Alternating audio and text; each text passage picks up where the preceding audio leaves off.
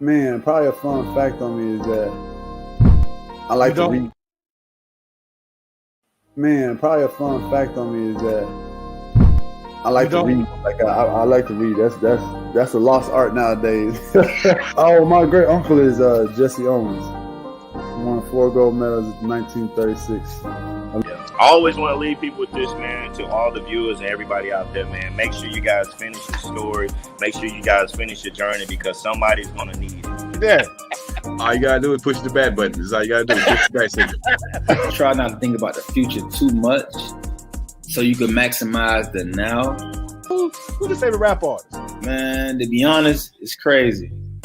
Tupac always been my number one, right? Like he got me through so much stuff, but Lil Wayne has been in the modern day. I said, what does it really take? What does it really take to be great, Drew? And he looked at me and he was like, you really want to know? And he was like, to be honest, everything you did to get here, you need to be consistent times 10.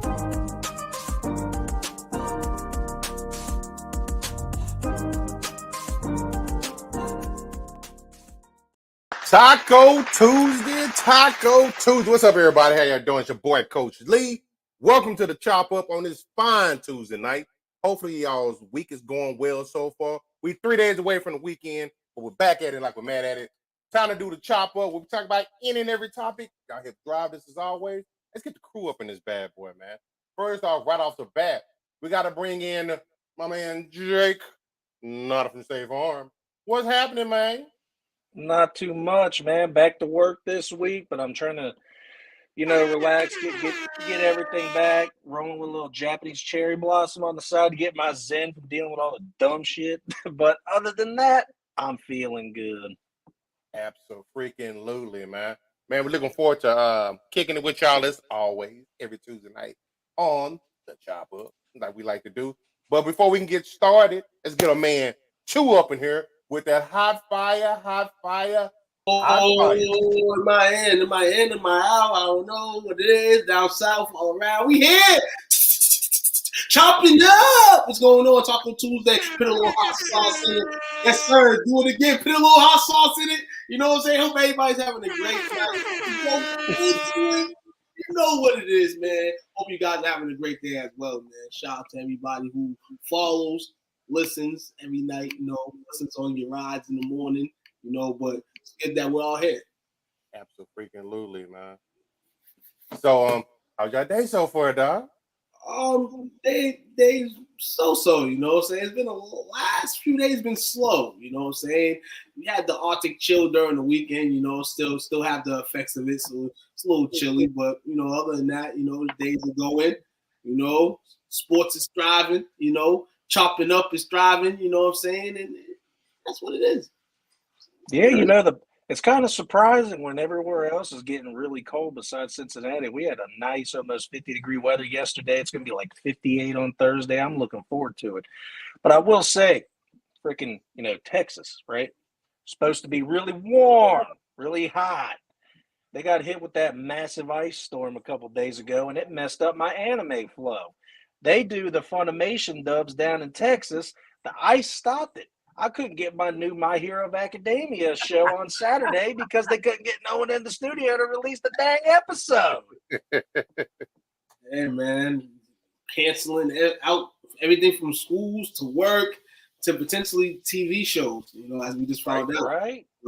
Were you inside the whole time, Coach? Yeah, I was. I didn't go nowhere. I don't get out on that ice, man. We already can't drive down here. You throw ice into the element, right? I'm good. I was seeing a TikTok. I saw this one lady. She had to get down, all the way down, and crouch down and like do the penguin walk to her car while she was sliding down trying to get to the car. I was like, man, Texans really don't know how to deal with the cold, do they? We wow. don't. So most of y'all roads up north are like tar and stuff, right? Yeah, and that's concrete down here. It's terrible. It's terrible down. It's terrible over here. It's a mixture of concrete and tar over here. You know, but you know, seems like the city doesn't know how to fix the potholes. I don't know if that's an issue in any places that y'all live at or places you drive near, but you know, yes, definitely, you know, issues over here with the roads, and I laugh at it because it's the funniest thing. Me personally, we're gonna, I believe, you know, this is a good segue, you know, in terms of roads, because kind of gets to, you know, maybe our first topic of the night. So I'll kind of keep quiet on cars and things like that. But in terms of the roads, yeah, great. Hey, but you know, I just got hip to this. I did not know that this was a thing. But in Minnesota, did you know they have heated roads?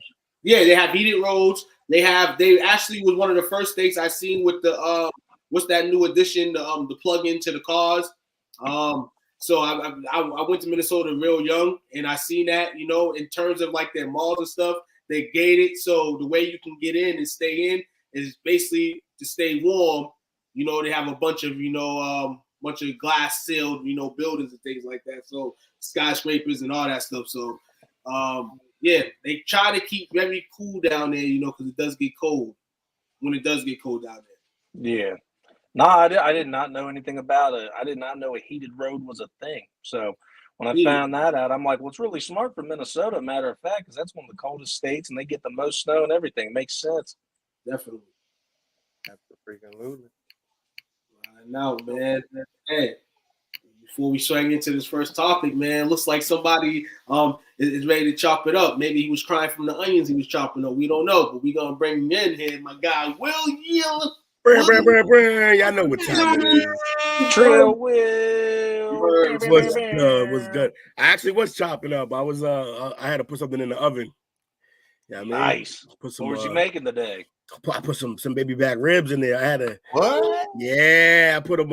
Sunday cooking on a Tuesday. Yeah. Do some nice bourbon rub on them. Willard.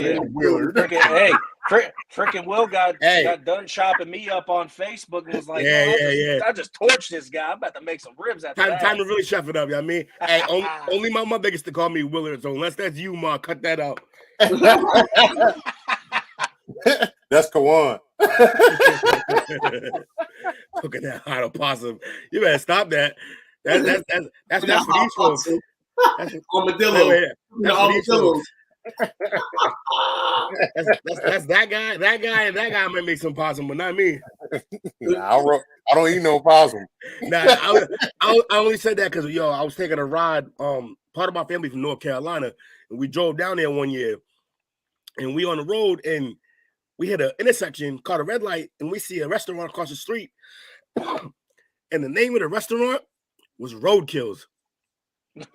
And their logo was a tire running over a raccoon.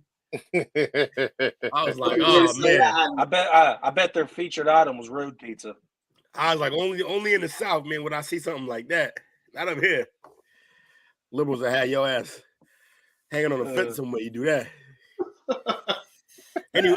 Anywho, how we doing today? How we doing? It came in hot. I mean, you already know. You came in hot. You landed safely though, and that's all good though, man. Now we just get ready to start our first topic for the night. Oh, good. I ain't missed the topics then. No, I vote Coach goes last because his topic is fire again. Again. Or maybe in the middle when everybody's here. It's all good. You can do that as well. You can always hit the deer and take it home. Hey, You know what? I was rolling through as soon as Will put up his topic. I'm like, you know what? Tonight's going to be a good show because I think we all hit some good ones. We got a good loaded show for you guys, and I say we're 10 minutes in, so that means it's a good time to let you know. You got to like it, you got to share it, you got to subscribe it, and let everybody know and join the page while you at it. That's how we doing that. On the mark, go to Don DeMarco. Yo, we gotta stop. We gotta stop that. We're gonna get sued for that Don DeMarco part. No, he ain't. Smack, like, I know Smack. I hit Smack up. Smack told me, man. Smack said, keep showing me love. Just for the Said I streets, know man. Smack. Speaking of that, man, you know what I'm saying? If you're a Smack DVD guy, you know what I'm saying? Rest in peace, man, to Boom P. You know what I'm saying? Passed away today, early guy rapper, you know what I'm saying? From Best Eye, doing this thing in the early circuit of rapping, Then he actually, put that into making a web series called Respect Life, which is one of my favorite web series of all time, in terms of the YouTube platform and just social media platforms all the time. So speaking of Smack, rest in peace to Boom P, man. But let's get on with our topics, man. You know what I'm saying? Great discussions. Hopefully we get some booming comments, some booming interaction, and get it in. Let's do this. First off the bat, man, coming in hot fire. We got Jake. Jake. The floor is yours, brother. Yeah. Let's get it. I was really trying my best to try to find like a super hot topic debate type thing, and I found one, but I'm gonna definitely hold it for next week. But this week I said, you know what? I've switched off. I go from personal to sports. So I found a good personal one. Your first car. You either love it or you hate it. And my first car was a car that was just a year younger than me. I had a 1997 Buick Century, the old boat. But I love that car, actually. I got it from an older lady. My dad helped me pay for it, obviously. I got it in 2014, so it was getting close to hitting 20 years old, and it only had 55K on it. She ain't going nowhere but to the end of the road to hit the mailbox, huh? Pretty much. It was a grocery trip and a small little here or there. It was insane. I'm like, this car's got to be in good condition. I saw the only thing that it needed was a new motor to help the window go up and down on the passenger side. It needed some brakes and rotors, and it needed an oil change. Other than that, car was good to go. I loved it. I had it when I took my son home. I had that car for a very long time, but I live on a busy street, and it got hit because it's such an old car. My wife was upset. I was upset. I had that car. We've been through thick and thin. I went on my first date with that car. I dated late. I was like 18 for it. But yeah, no, I love that car. That car was fantastic. Man, that old lady drove it just enough to keep everything intact, like just enough to keep it alive. And then you got a beautiful. That's crazy. She wasn't going nowhere. That's probably why. Right. No, I know she just to the doctors and to the grocery store, and that was it. Right. And church on Sunday, probably. That's all she needed for. And I honestly don't remember the story. I don't know if sadly she had passed away or if she just couldn't drive anymore and she was trying to get rid of it. I honestly don't remember that part. All I know is my dad said, I think I got a car lined up for you. It's going to cost this much. You only have this much in the bank. I'll cover the rest as your 18th birthday gift. I was like, well, thanks, Dad. That's awesome. Blah, blah, blah, GG. And actually, I got the car before I got my license. I waited till I was 18 because I didn't want to go through all the classes and anything. So I waited till I was 18 to get it. And when I got it, very first time I'm driving around, I'm like, man, this thing's great. Big old big wheel, too. Freaking. Nah, man, I loved it. It was a tan car. Both seats, the back was a whole big back seat, and then the front was like a bench. You lifted up the middle compartment, you had a whole bench through the front. If I had to, I could lay in that thing and go to bed in it if I was pulled over on the side of the road, but the thing never broke down. But nah, that's trying to think, because I remember I put in one of the things you had to have a good memory with it. And to be honest with you, I think my best memory is getting the courage to ask my wife if she wanted to hang out with me because she was like, super popular college girl. Everyone knew her in Clifton where we were. And I was just a little peon garbage man. You got kicked your coverage, man. 10 minutes away. Yes, he did. Attaboy. Right? So I went on ahead. No comment. She's like, yeah, that was my biggest regret of my life.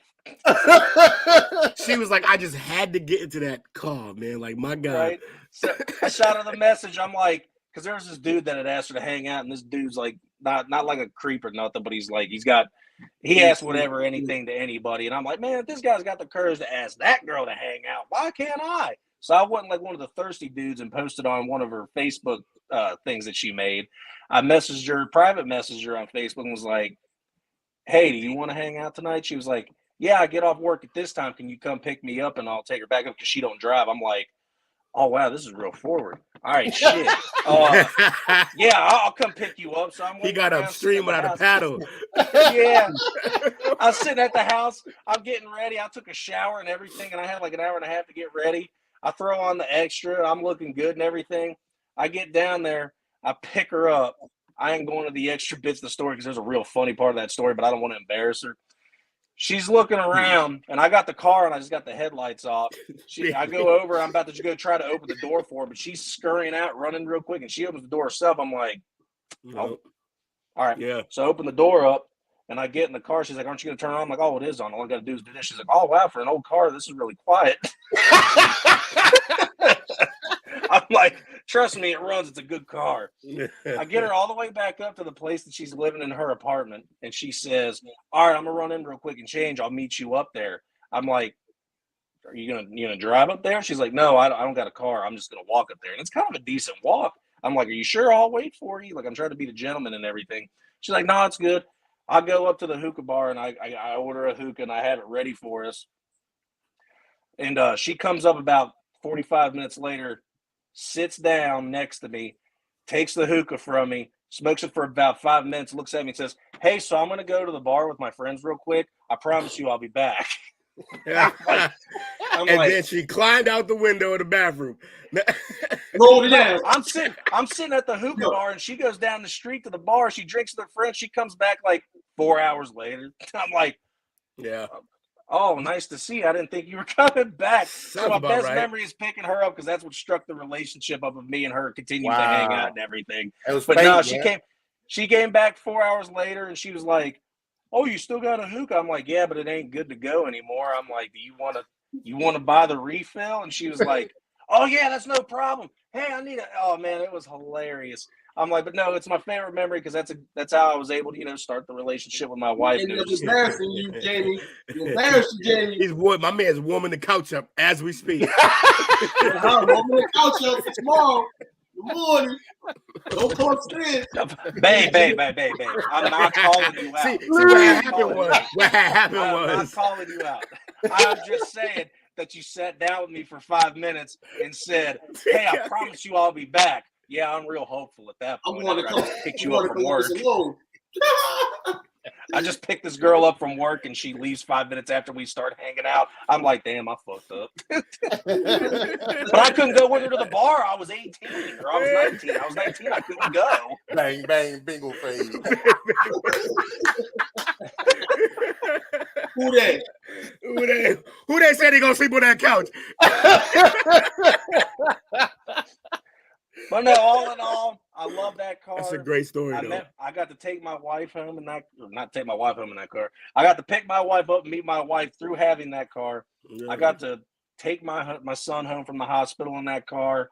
By the way, that car survived 2 bumps with other cars and barely got a dent in it because they made cars right back then. That's how you couldn't do nothing in that thing. You couldn't do nothing. It had maybe like 1 dent in it, and it was my fault. But the thing was a boat. It was perfect. You could fit 3 people in that trunk. Don't know why I said that, but you could fit plenty of people in that car with as much space as it had. It was like the old That 70s show. You could fit 3 people in the back, 3 people in the front. You could put $800 back then worth of groceries in there. You could probably put $400 worth of groceries in there now. But yeah, no, it was. I love that car. I don't think I have any other memories in it, but yeah, that's a '97 Buick Century, the old grandma car. Buick Century, okay. I think I remember that one. Okay. And the thing is, the '97, it's like you can't find that car anywhere. I went online. I'm trying to find it. You can find it. You can find a 96, you can find a 98, but you can't find a 97. So finding parts for that thing was almost impossible too.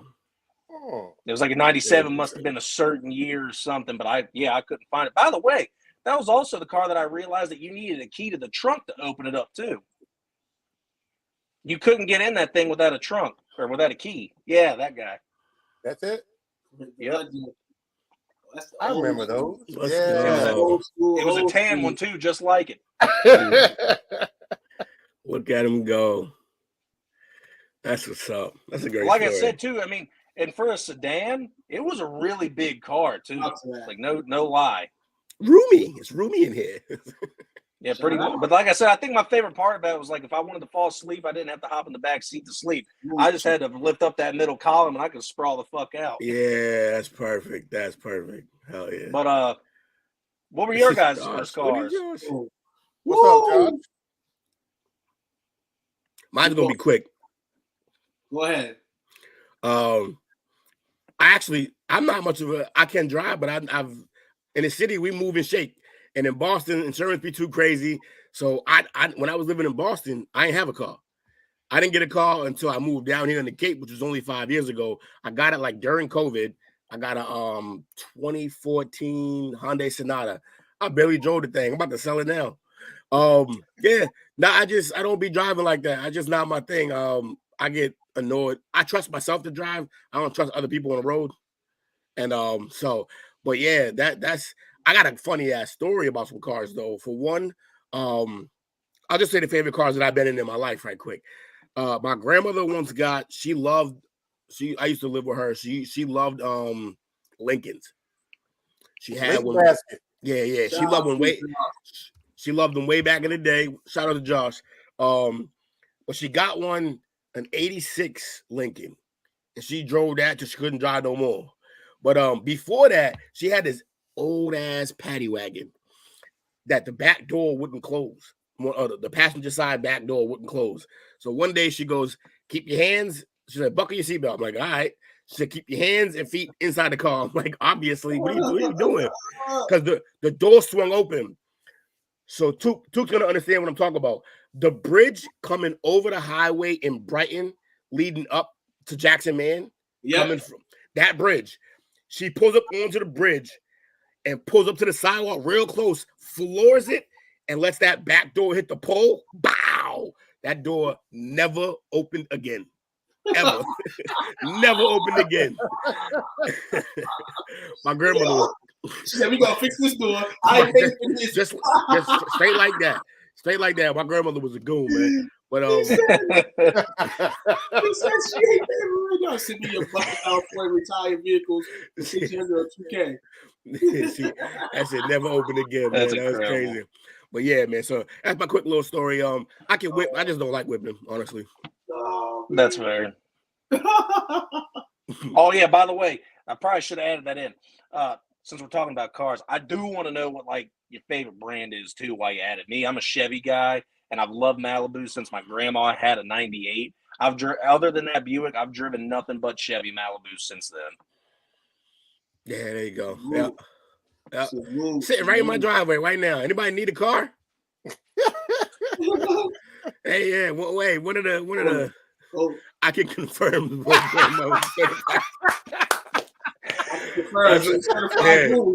Yeah, I came up from the mud with him, so he know. He met her.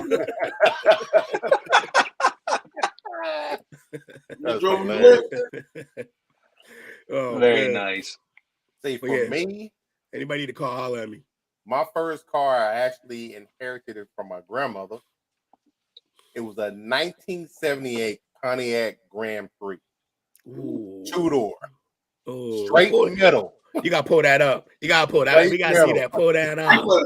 You drive that up to college? No, I didn't trust it in college. we already discussed about how you can't trust the brothers he was going to college with, man. But actually, it was a hand-me-down from my uncle that tried. I got it from him via my grandmother. It had red leather interior. And of course, your boy had to put, I threw the 215s in there. So one door wouldn't open and the other door wouldn't close. And I don't remember it's taking my little sister to school, and somebody had busted out the window, and I was too broke to get it fixed. And we rolling in the winter. It's just cold. That cold weather coming in. Cold weather coming in. But here's one here. I think it was silver with red interior. There it is. Ooh. You should have got out that car with a hat with a feather in it. Yep. Lucky dice. Shout out to Uncle Mel. Shout out to my man Uncle Mel, man. Right, man. A pimp named Slickback. Yeah, I love that car, man. Was it red too? You said It was silver with red interior. Ooh. Gotcha, silver. Had power locks and windows on it. Final 49 nice. Found they were 49 fans, son. I know, right? Yeah, Buckeye fans. I'm glad so far no one's best memory of the first car was getting rid of it. Except Will, he's trying to get rid of it. Yeah. Yeah, we about to get into it. You know what I'm saying? Too soon, JJ. The story gets crazy, so I'm gonna wait to leave Coach finish in. Yeah, definitely. I'm done, man. Oh, fire away. What kind of cars you two driving now? Shout out to you guys on your car story. You do as well, Will. We know you still currently have your car. You know, what cars are you guys driving now? I drive a 2020 Malibu. Okay. I got a 2021 Santa Fe Sport. Got these 2019 Adidas flip flops. Oh yeah, I got the shoes I got on. I got on too, because I grew up in the neighborhood where, being young, we used to steal cars and drive them around and things. Yeah, exactly. You know I wasn't gonna be the one to say it, but and being in the city, right, and being in the city, you know what I'm saying? Like, you know, we get somewhere, we gonna get to the destination, we gonna get to the place and all that. I tell myself, man, stamp me for every city in Massachusetts. I've probably been in it. Some with a vehicle, you know what I'm saying, people driving, but more likely transportation. So in my 30s, I look to get my license in the summertime when it gets nice out, because like Will said, man, I just don't trust cars. I just don't trust people and all that. Maybe that's the reason why I have not got my license yet. But guess what? I have bought in a car before. So let's ride into it. So it was a navy blue. I know it's a Toyota Avalanche. You can look it up. You know, I don't know what year it was, but I was working down in the North End at the Hard Rock Cafe. You know, I was with someone, and ended up we needed a car to get around. You know, I was going to start my voyage, you know what I'm saying, to really get into cars and start driving to get my license and stuff. So I bought this car for about $500 off this guy.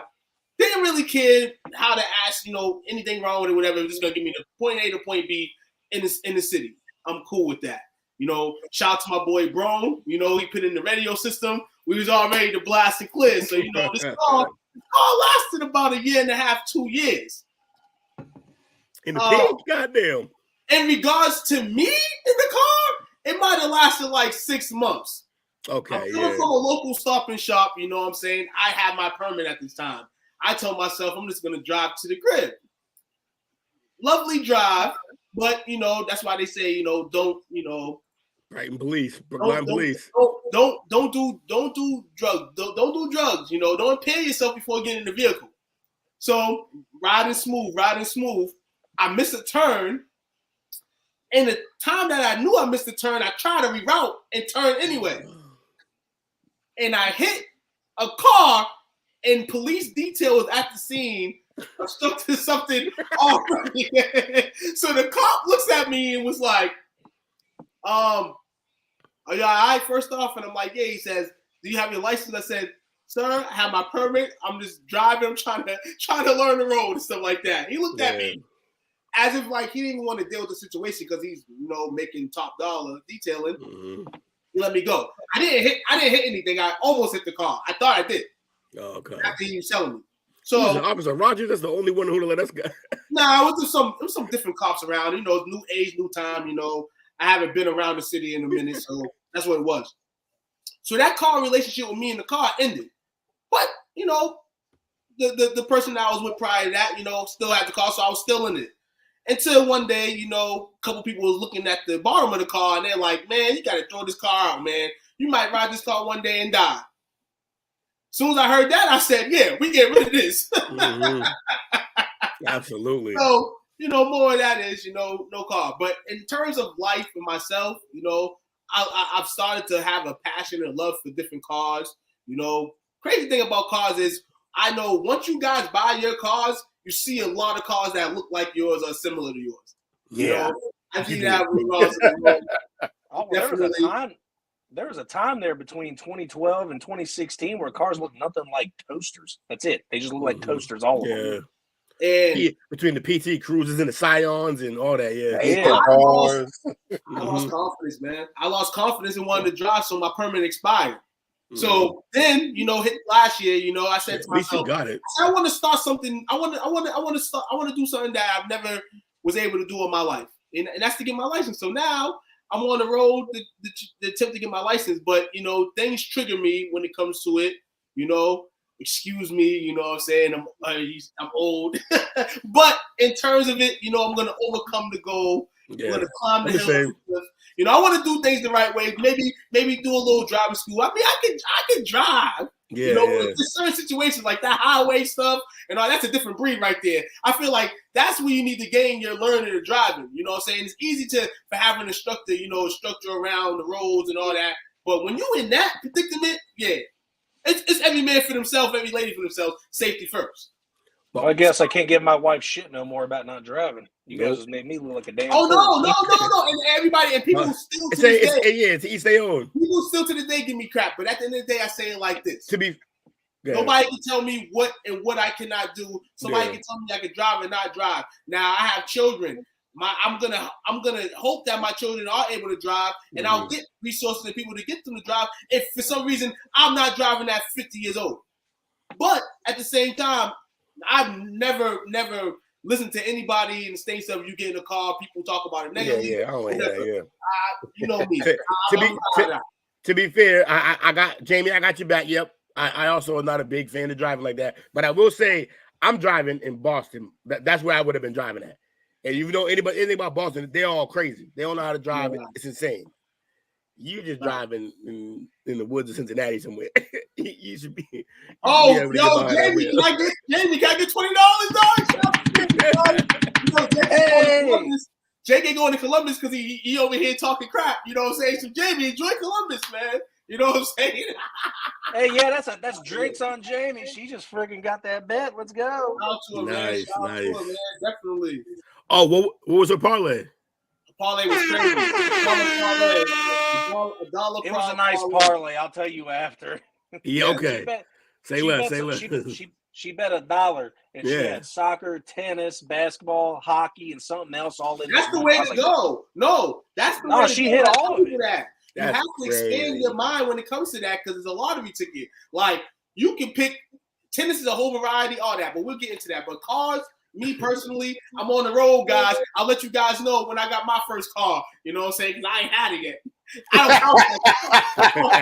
That's like a pre-tool. That's like a pre-show. You know, my guy Cole said my boy had a Cutlass that would take naps. So if the engine started, we had to floor it. If that carburetor was flooded. That's crazy. That's crazy. That was my college car. I had to do the same thing. That's crazy. Well, I still want to get a Chevy Colorado, but every time I go out and I'm thinking about getting a truck, I always think back to what my dad said.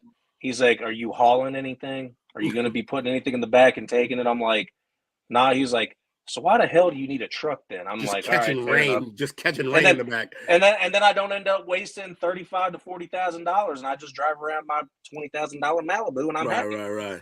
I learned how to drive in a Tahoe. That brakes was going. My uncle was like, "Yo, get it." My uncle stopped at a red light. Was like, "Yo, get in the front seat." I'm like, "What?" He was like, "Yeah, you driving home." I was like, "All right, word." Like, I hop in. He was like, "You gonna have to like lean on them brakes though." I was like, "Yeah, sure." I come up to the next intersection. He was like, "Hey, yo, start leaning on the brakes." Like, like 200 yards back. He said it. I'm like, I got this. He's like, no. He's like, yo, I'm telling you. So I go to hit it. Yo, it felt like there was no brakes. I was like, yo, you said like I got the lean on him, not like Florence. Yeah, you started pumping on him like, fuck, man, what the hell's going on? We pulled up. I was like this close to the car at the light, like, oh man, oh, that's crazy. You were. By the way, neat little fact: I did not learn how to drive a stick shift until I worked at DHL where I worked, because I used to be a spill tech. So I just went around, cleaned up the packages that broke open and everything. The vehicles we had when I first got there were like these little golf carts, and they were stick shift. Little. I think it was a 2, maybe a 3-speed. I think it was a 2-speed, and I could not get the clutch idea down or nothing. And the girl that I worked with was like, all right, so we're gonna go out onto the ramp where the planes are, and we're literally gonna drive in a circle until you understand how to do this. So I know she ain't watching, but you know who you are. Thank you for teaching me how to drive that damn stick. Fire. Well, all right, we got more juice out of that than I thought we was going to get. That was good, man. Yeah, no shit. I thought that was going to be a 15-minute conversation, but that turned into. Just when you said it, I'm like, damn. Like I know I'm not driving, and I didn't know Took's story, but I know he wasn't currently driving. I'm like, I don't know how long this is going to go, but we as usual, we squeeze the juice, man. So we can turn a 5-minute topic into 30 minutes. That's just us. Absolutely. So I think it's about that time for our first break, right? Yes, sir. So, as Coach would say, hold on to your butts. Be right back. 15-20. Warmed up. What's up, guys? This your boy Gritty checking in. This Friday I'm live with STWF Media, man. Little interview coming soon with everybody. Y'all tune in, man. We got some big coming. Let's get it.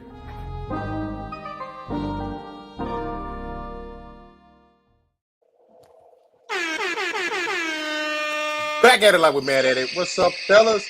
Y'all are hanging out with your boys at the Chop Up.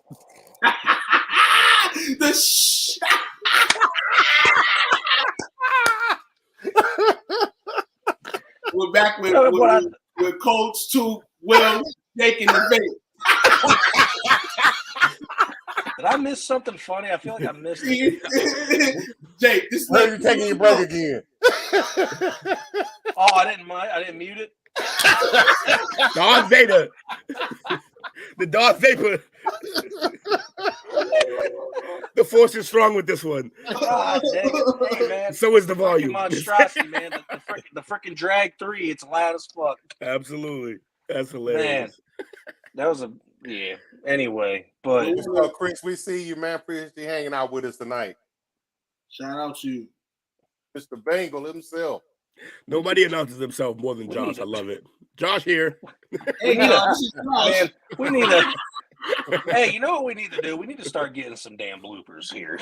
We got stuff, man. We got stuff. Who's up next? Who's up next, fellas? I can circle in, man. You know, this week is Super Bowl week. You know, we have the Eagles, we have the Chiefs. You know, we've been around for a very long time. Each and every one of us, you know, to watch some pretty exciting Super Bowls, watch some pretty lame Super Bowls, watch Super Bowls that you thought, yeah, this team was definitely going to win. And then, you know, Malcolm Butler snatches, you know, the ball and the soul of a team. But, yeah, so my topic tonight is simply teams that did not hoist the Super Bowl trophy, but probably were the best teams, you know, to not host them, you know. And I mean, that list can go top 100, top 50. I was gonna say, look, it seemed like you're ready to challenge my 30-team reading, because this list is 50 teams strong. Yeah. We're not gonna even go there tonight. We're not gonna go there tonight. Definitely not. I already had trimmed it before we even went to it. I was just gonna go 5 on it, you know what I'm saying? And then you guys can, you know, get in there and see if there's any teams that you have in your mind, you know, as top teams. So let's roll down, man. I thought it was scheme, plot. Real quick before you hit that list. Number 1 spot. Real quick before you hit that list. Number 5 on the list, we have the 1966 boys. Them boys are down. Of course, them boys would be on that list. NFL Eastern champions, Tom Landry at the helm. They lost 34-27 to Green Bay. in the NFL title game. Ice Bowl. Number 5. Oh, that's the Ice Bowl, yeah. Number 5 team, Josh. You would call me during the podcast. Only you would do that. Number 4 on the list, the 1998 Minnesota Vikings. This is a team. Really, I'm like, man, they didn't make the Super Bowl. It's crazy, man. Yeah, which year was that? The 1998 Minnesota Vikings. Brady Moss rookie season. I'm pretty sure. They win the Central 15-1. Yep. Dennis Green at the helm. They lose to the Atlanta Falcons in overtime, a game that they definitely should have won. This is the fourth Vikings team to make this list. In the list that I'm reading, that's fitting since this was by far the most heartbreaking team in franchise history. You know, so they lost to the Dirty Birds. They lost to the Dirty Birds. Jamal Anderson, they were doing great. You know, you had the combination of Randy Moss and Chris Carter. You know, probably the best pair of wide receivers in the history of the NFL. But that's the number 14, the 1998 Minnesota Vikings. Number 3, the 1968 Baltimore Colts, 13-1. Don Shula at the helm. They lose 16-7 to Joe Namath's cigar in the New York Jets in Super Bowl III. In middle school. Had Mr. Johnny Unitas. They had 2 MVP quarterbacks that year, Earl Morrall and Johnny Unitas. You know that the era's greatest tight end, John Mackey, as well as the NFL's best defense, Chuck Noll's unit, recorded 4 shutouts that year, allowed 1 or fewer touchdowns in 12 of 17 games, and surrendered just 10.4 points per game. So the Jets won that Super Bowl, right? Yes. Who was the defense coordinator on that team? Was it Ryan? Was it Buddy? Buddy Ryan. Buddy, huh? Buddy Love. Why don't you pick up? On a podcast. What do you mean? How was the So Buddy was Super Bowl. Oh, I think that's what Josh wanted. Josh wanted to go live with us. Josh, we can go live through the stream, y'all. We'll set that up. You know what I'm saying? It's funny. We were just talking about that. We're just talking about it in existence. Yep. But hey, we can tap into one of these stream y'all one night session and we down to go.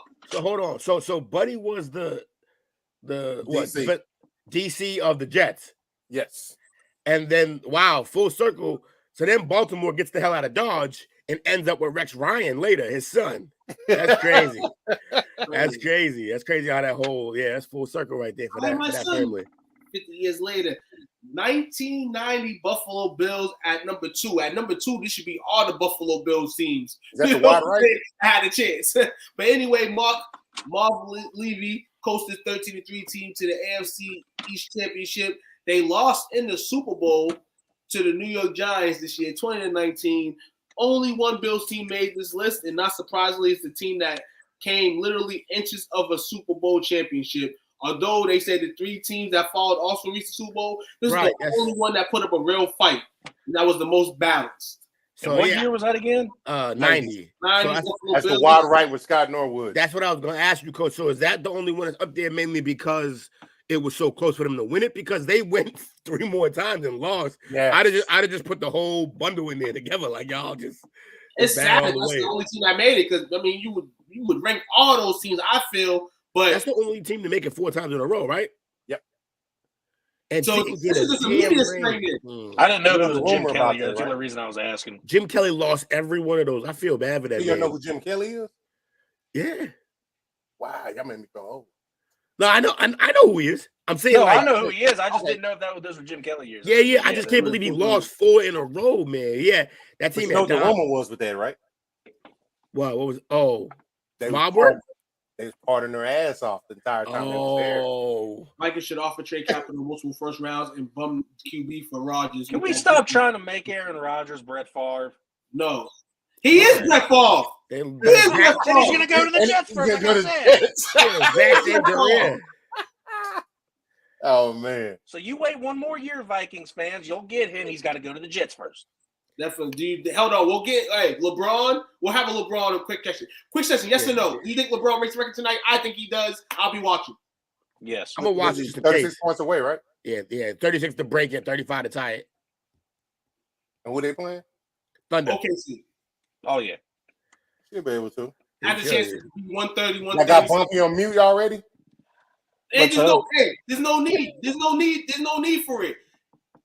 The LeBron fans have a right to celebrate tonight when he does. So let's see how long the parade lasts. Let's see how I long. think Will had enough of him. I don't see him responding to him no The more. ultimate goal for him. The ultimate goal for him is to stay, not only stay in shape, but to try to make a playoff run. He's an athlete. He's still going to roll in, do all that, but he still wants to win. So let's see. Yeah, my boy D White put up a post today that I couldn't agree more with. He was like, anybody like taking shots or doing the whole debate about LeBron right now, it's clown work. It's clown work. Like what he's doing is pure amazing regardless. You want to have the Kobe, Jordan, LeBron debate, have at it later. Let him have his moment. Let him bask in what he earned here. This is crazy. Right, it is crazy. Definitely that we get to see this, man. 2007 New England Patriots, the number one team on the list, 16-0, went to the Super Bowl. It took a bite from a pit bull on my knee, you know what I'm saying, for the Giants to hear me out and beat them boys. You know, Tom setting records, Randy Moss on the side, you know, doing their thing. That whole Patriots squad looked like they was unbeatable the whole year.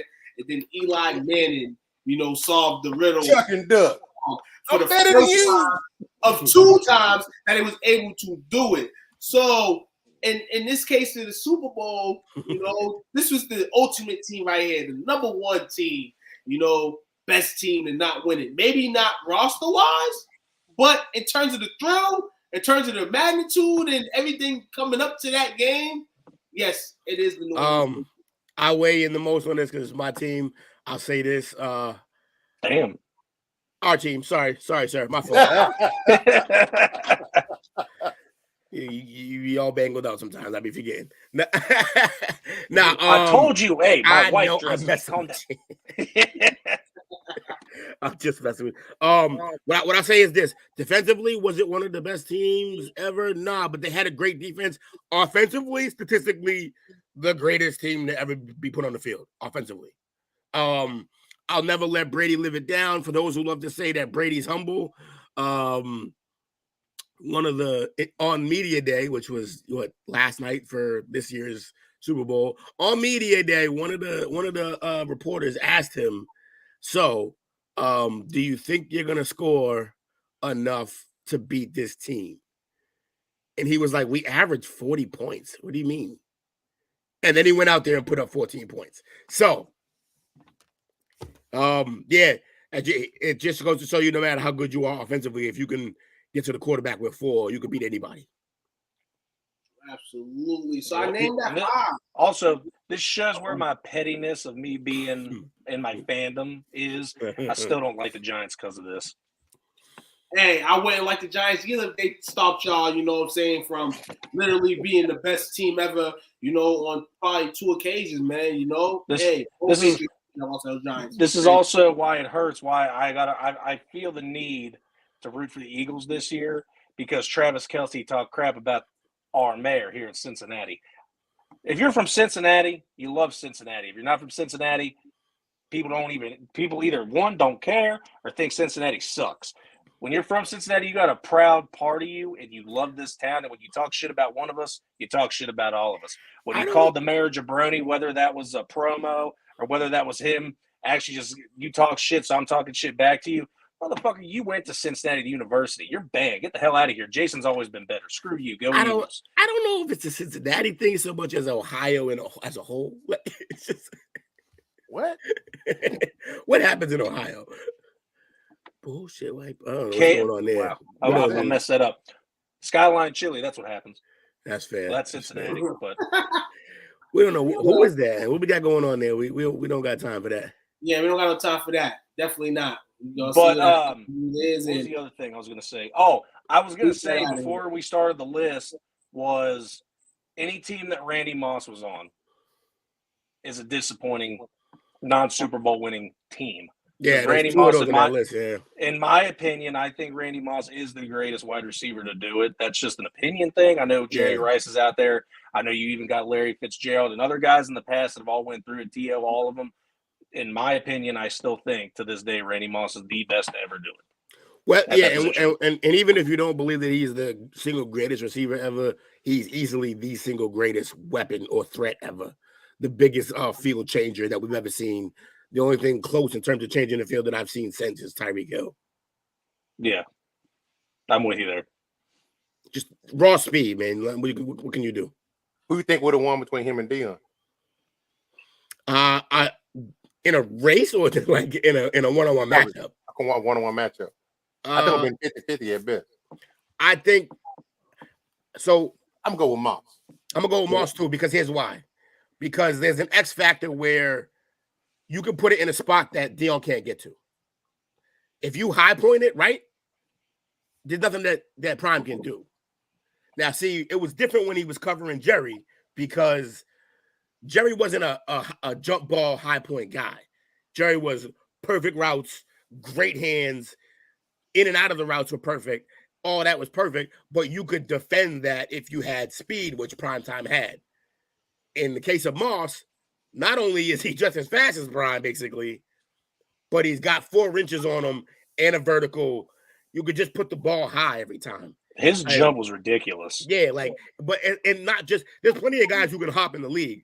The point is being able to high point perfectly when the ball gets there. What separates, I think, Randy Moss and Larry Fitzgerald, because they're my 2 favorites of all time that I personally got to see. Like I said, you guys all know I was born in '96. I haven't got to see the receivers of the past, but my 2 favorites to watch, it's like they had bubblegum, tar, anything that you could think of on their gloves, but they didn't.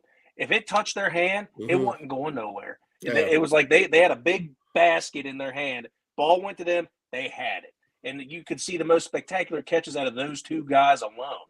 And I love Larry Fitzgerald because he stayed loyal and stayed with Arizona. I wish he would have got a bowl, but the Steelers said nah.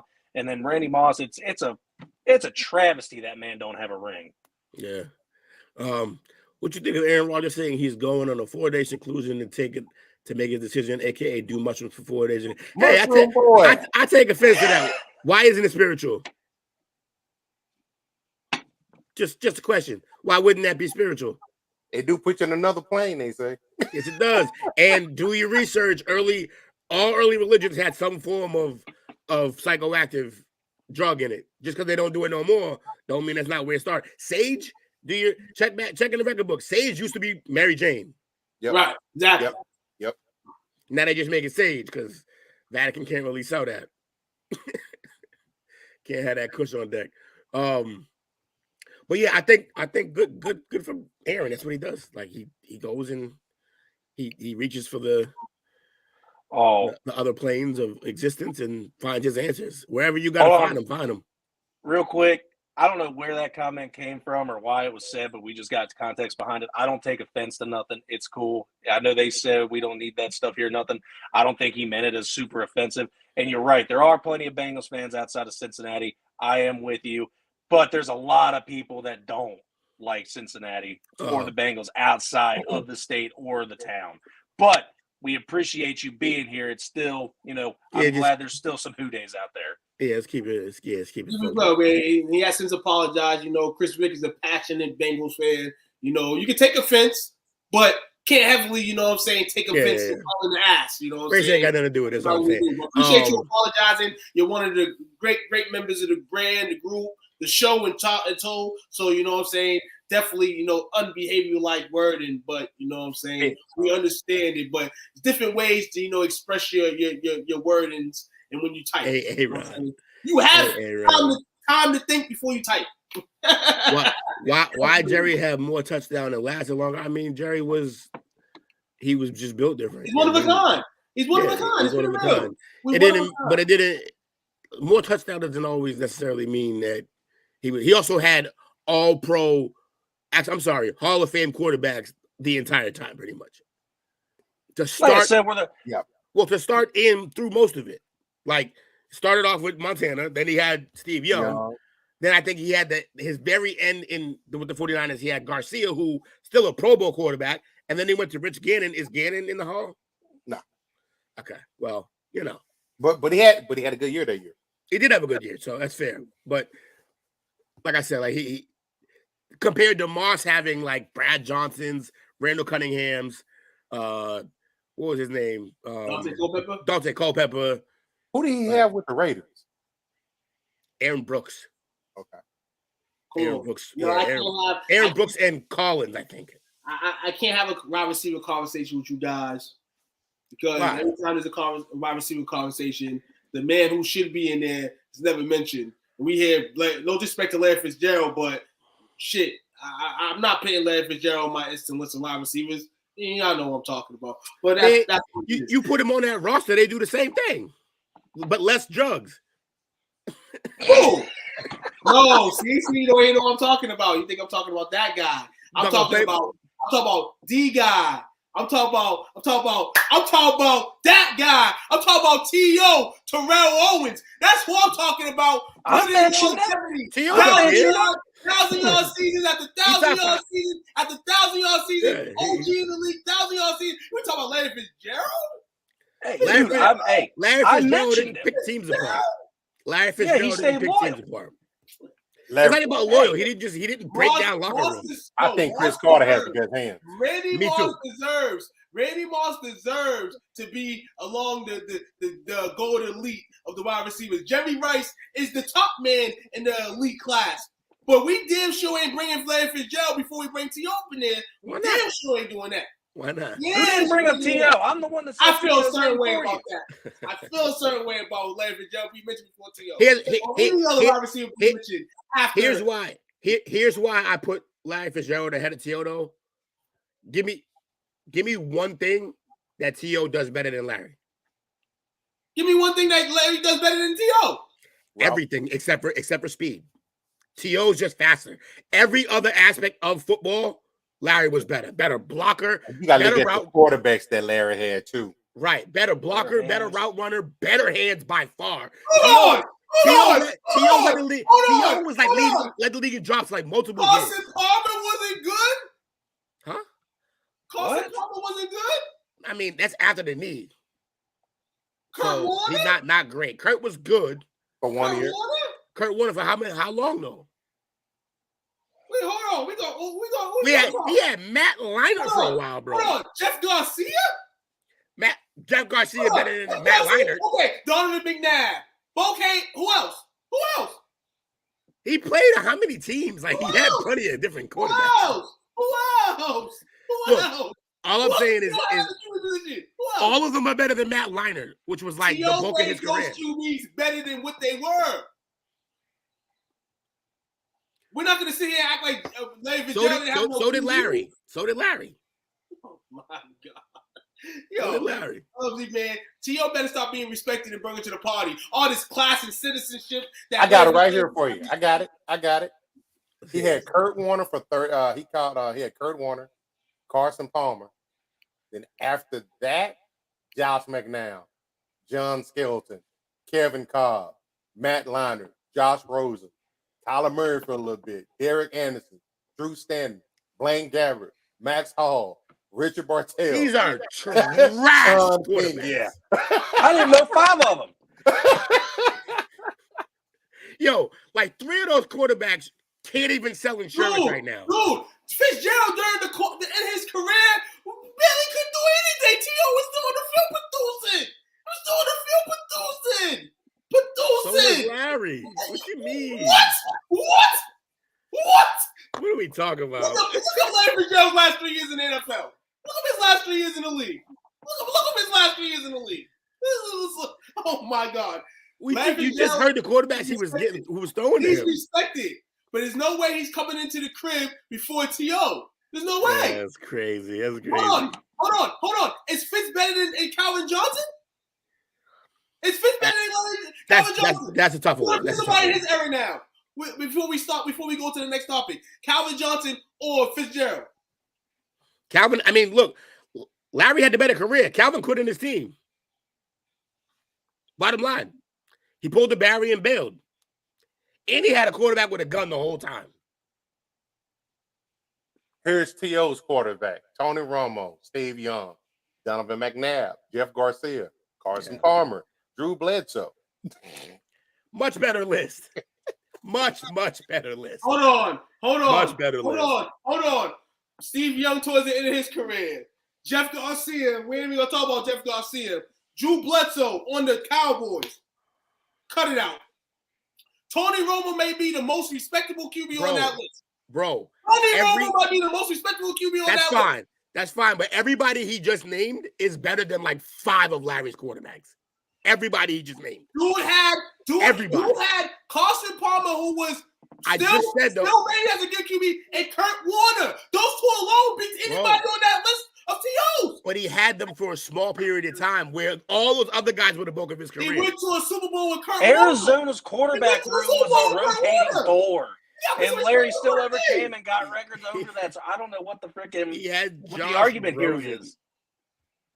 Yeah, Josh Rosen. Yes, that part right there, Jamie. Larry made QBs look good. Nah, man. Hey, fellas, we can argue about this all night, man. But y'all gonna have Gerald said bye. Have me over here all night. Oh my God, man! I guarantee if Larry had a Star Wars helmet, we wouldn't have had this convo. Yeah, no, not at all. He'll always be my favorite receiver. To me, honestly, the only time I rooted for Larry, that on a real talk, was the Super Bowl night. When he had that crazy touchdown that night, I'm like, yo, I might think of him in a different light. But other than that, I can care less about Larry Fitzgerald. T.O.'s my guy. That's a you problem, then, because that man's a problem. No, he's a problem. He's a great receiver, but I do a lot of people on that list better than him. Also, the other thing is during the height, his peak, he also had to share with Anquan. Yeah, so, he did. He would have had more touchdowns. He had to share with Anquan. So. Come on, man. Hey, we had T.O. play with a QB that was trying to skim his numbers in Donovan McNabb. Come on, man. Come on. And he was still putting up numbers. Come on, man. But nah, man, real talk, man. In terms of I'll say this, though. In terms of toughness, I don't know anybody tougher at the receiver position than Terrell Owens. I mean, Larry's there, but, this man T.O. came back with screws in his ankle and gave us the work in the bowl. They didn't win, but he gave us work. So I respect him, man. I don't respect some of the things he did to his teams, but that. I mean, that's part of how it goes. I think that was overblown. I wasn't paying attention. A little bit was, but also not all of it. That's the problem. In Philly, for sure, though. McNabb's a tool. McNabb is a tool, but he's also he's a mark. He's also he's definitely a mark. I wasn't paying attention back then, but didn't T.O. leave the boys to go to the Eagles? No, Eagles come here. It was the other way around. Yeah, okay, yeah. I don't like I said. I don't remember which way it went. So that made you happy. That's why you like him. Then he was doing sit up in his driveway. That's my quarterback. Madden. This is Madden. Press O. Press O. Go long. T.O. Go long. You know what I'm saying? Talk about go long. Randy Moss. Way easier. Let's go. Anyways, next topic. I guess that's going to be me, right? Yeah. Absolutely. All right. Oh, wait. You want to take a break before we do this? Or how we doing? We're rolling to that and take a break and then hit the last segment. Okay. So, damn, he's been here every other show. Where's Bobby today? Right. I just noticed his name ain't popped up. I'm running this topic and he's not here. I feel bad. I almost want to save it now. Hey, shout out to Bobby for the topic. Thank you. Yeah. Shout out to Bobby, man. Like your shit. So I'm gonna have to go out and have some fun here. We're gonna take it out of sports. What is y'all favorite top 5 candies?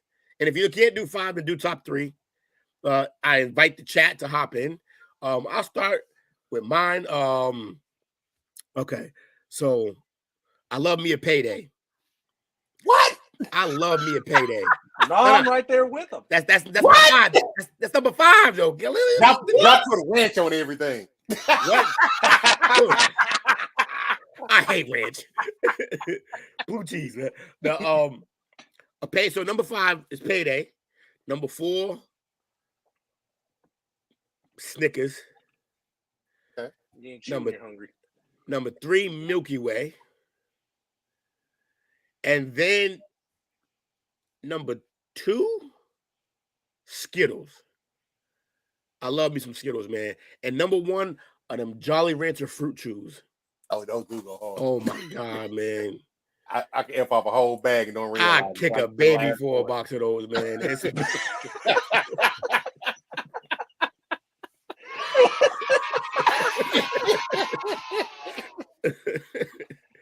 Griot. Jamie, I feel you. Right outside my top 5 was $100 I love those. Yeah.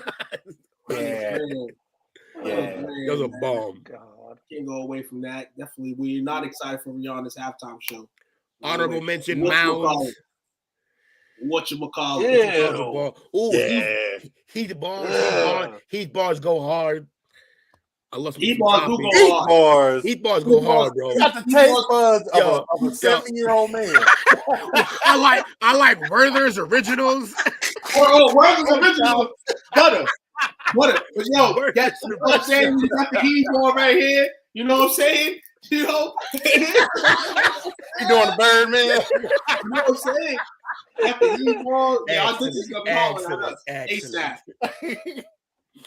This is gonna have fun with us. Oh yeah, definitely. But old school, man, Werther's, man. I grew up with those. So grew up with those all in the crib, man. Grandma's had those in the pockets. Butterscotch, let's get it. You know what I'm saying? Definitely the Werther's hit the joint. Now, my mom was a fan of the Paydays and the Snickers, all that. I wasn't really a guy when it came to like all those peanuts inside of a bar. You know, not really my hype. You know, shout out to those candy bars. You know, they always make the Halloween list. Two don't like bonus candy. Hold on. Yo, one last thing. It wouldn't be on my tops, but I guarantee you, Jake, when it came time when you could order, remember they used to do the candy sales at school, you could order from the catalog? I always ordered a zero bar. Stop the hate. Stop the hate. Mine's the packaging in the can. It's like a prop for a movie or a TV show. It looked like it should just say candy bar on it.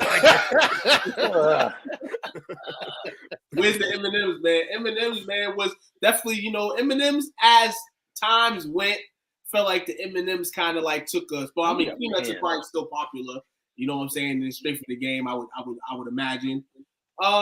Me personally, underrated to me. I don't think a lot of people was on the wave, but I sure was. I couldn't go without a sugar daddy as a kid, man. I love the sugar daddies, man. I love the sugar daddies, man. The small ones. Daddy with some work, man. The sugar babies. I should literally steal boxes. I should steal the boxes of the sugar daddies and just pin them all in my bag. I would have a bottle every morning. I would have a sugar daddy, but sugar daddies, one for me. I'm a fruity person too on the side. Fruit, you know what I'm saying? So you know, you go dark Skittles. You know, I'm actually into these new nerds. The Chewies, bomb, undisputed right now. They cost a lot of money, but real talk, I'm in the gummy worms. I'm in the candy. Like candy's like me. I'm Lamar older when it comes to candy. I love it. Laffy Taffy. Oh, wait, hold up. Before you finish, too, someone said Laffy Taffy. The whole reason I picked what the candies were today was because last night, late at night, I had already eaten for the night. I'm done eating. I'm sitting here playing some games, about to go to bed. I got a little sweet tooth. And I'm like, normally I can ignore it, but it just kept messing with me. Like, yo, I want something sweet. I ain't had no candy in this house at all. All gone, no candy, no sweets, and nothing. So what I do? I made some jail taffy. What is that? Yeah, bussin'. Anybody want to know what jail taffy is? You can check I'll tell you how to make it right here, but you can check my page to see how it's done. Bussin'. So you take the powdered coffee creamer. Oh, you told us before. Yep, coffee creamer. And then you take for the flavor, you got to either use like the little one packets for the bottle of like the Kool-Aids for a bottle of water, like the one packets. You can do one of those or just some powdered Kool-Aid, but make sure it has the sugar too, not just the Kool-Aid you got to add sugar to don't work. So yeah, some of that Kool-Aid, add the flavor in, just a little bit of water, start mixing it, whip it. You know what I mean? And then once it becomes like sort of solidified, then you knead it like bread. Yep. Then you knead it like bread for like 15 minutes. Bam, taffy. I got some over there. After the break, I'll bring it over here. I'll show you. Did you said you used the Jolly Ranchers when you threw them on the ground, right? And that's the other thing. So and then once you make it, right when it's still soft at the beginning, like before it hardens up, you crush up some hard candies, Jolly Ranchers, whatever hard candy you got, crush it up and then roll it. You roll it in the hard candy. You basically make nerd rope. It's crazy. Bussin'. But yeah, that's how you got to do it. I learned that when I was locked up. So for me, I got it in no particular order. Did Took finish? No, I'm good. We could go on this all night long, but that's a few candies out. I like that. Snickers. Yeah. Kit Kat. Oh, I forgot about the Kit Kats and Twix. You got the Twix. bar. Twix is number 3 for me. I will probably say after that, I'm a big fan of the whatchamacallit. But if I had a go-to, now this one would be my number 1. It would be the chewable Jolly Ranchers. He said the signature. Jesse's a fool. Wait, what was number 1? I read the comment and didn't hear. He's not lying. They got that weird like. God, no. He just kept it up for me, man. Oh my God. He's hilarious. Keep those niggas away, dog. Oh man, that's my guy. I don't want those niggas now. Now we done with this niggas now, man. Now what was your number 1? The chewable Jolly Ranchers. Yeah, yeah.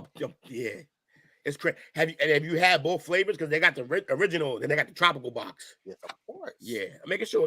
I should have known. I'm sorry. Yeah, my go-to when my I'm fellow feeling food connoisseur. thing, watching TV, don't want to go nowhere. Yeah. Yep. This Valentine's Day season, man. Yo, the hugs bust too, dog. The white chocolate. Crazy. I like the like the white chocolate and chocolate. The zebra crazy. ones. The zebra ones are crazy. Like 3 bags of those tonight. Yeah, it's not good. Not healthy. I can do it. I'm gonna eat 3 bags tonight. Not playing. I can do some white chocolate. I like the white chocolate Kit Kats too. Those are crazy. Yeah, those bomb. Kit Kats are bomb, dog. Kit Kats are bomb. Definitely throw them in the freezer. I like my candy. I like my chocolate in the freezer, dog. I didn't chill on them. 100%. Yeah, one of my snacks. I used to take the caramel bag, of Chex Mix. I mean, because they got different, Chex Mix got different type of flavors. The caramel bag of Chex Mix, and then I'd break up the white chocolate Kit Kats, throw them in the bag, shake it all up. That's the trail mix there. It's crazy. It's crazy. I had to hope that I didn't grab a piece of paper that my wife needs, but I had to make a list just so I could remember what I was writing down. I didn't want to forget them. Let's get my honorable mention is a whatchamacallit. Yeah. I didn't even know what those were until I was in high school, and those were fantastic. Number 5 is a tie between those. I think they were kind of like a lifesaver, but I think they were called cream savers, and it was spray. Cream savers were the strawberry and cream one was good, and then also this is a throw in. I'm probably going to get capped on for this, but those old strawberry grandma candies, I love them things. Oh no, strawberry candies, I got one on my floor right now. In a pinch, those could get it done. Oh yeah, I told Jamie about it. She's like, "Oh my God, I can't believe you know this." Blah blah. She got on Amazon that day and bought a pack of 100 of them. like last night, had I had a bag of those, I wouldn't have made a taffy. I'd have just those up. Right. Number 4 is High Chew. I love High Chew. Oh, High Chew's a bomb.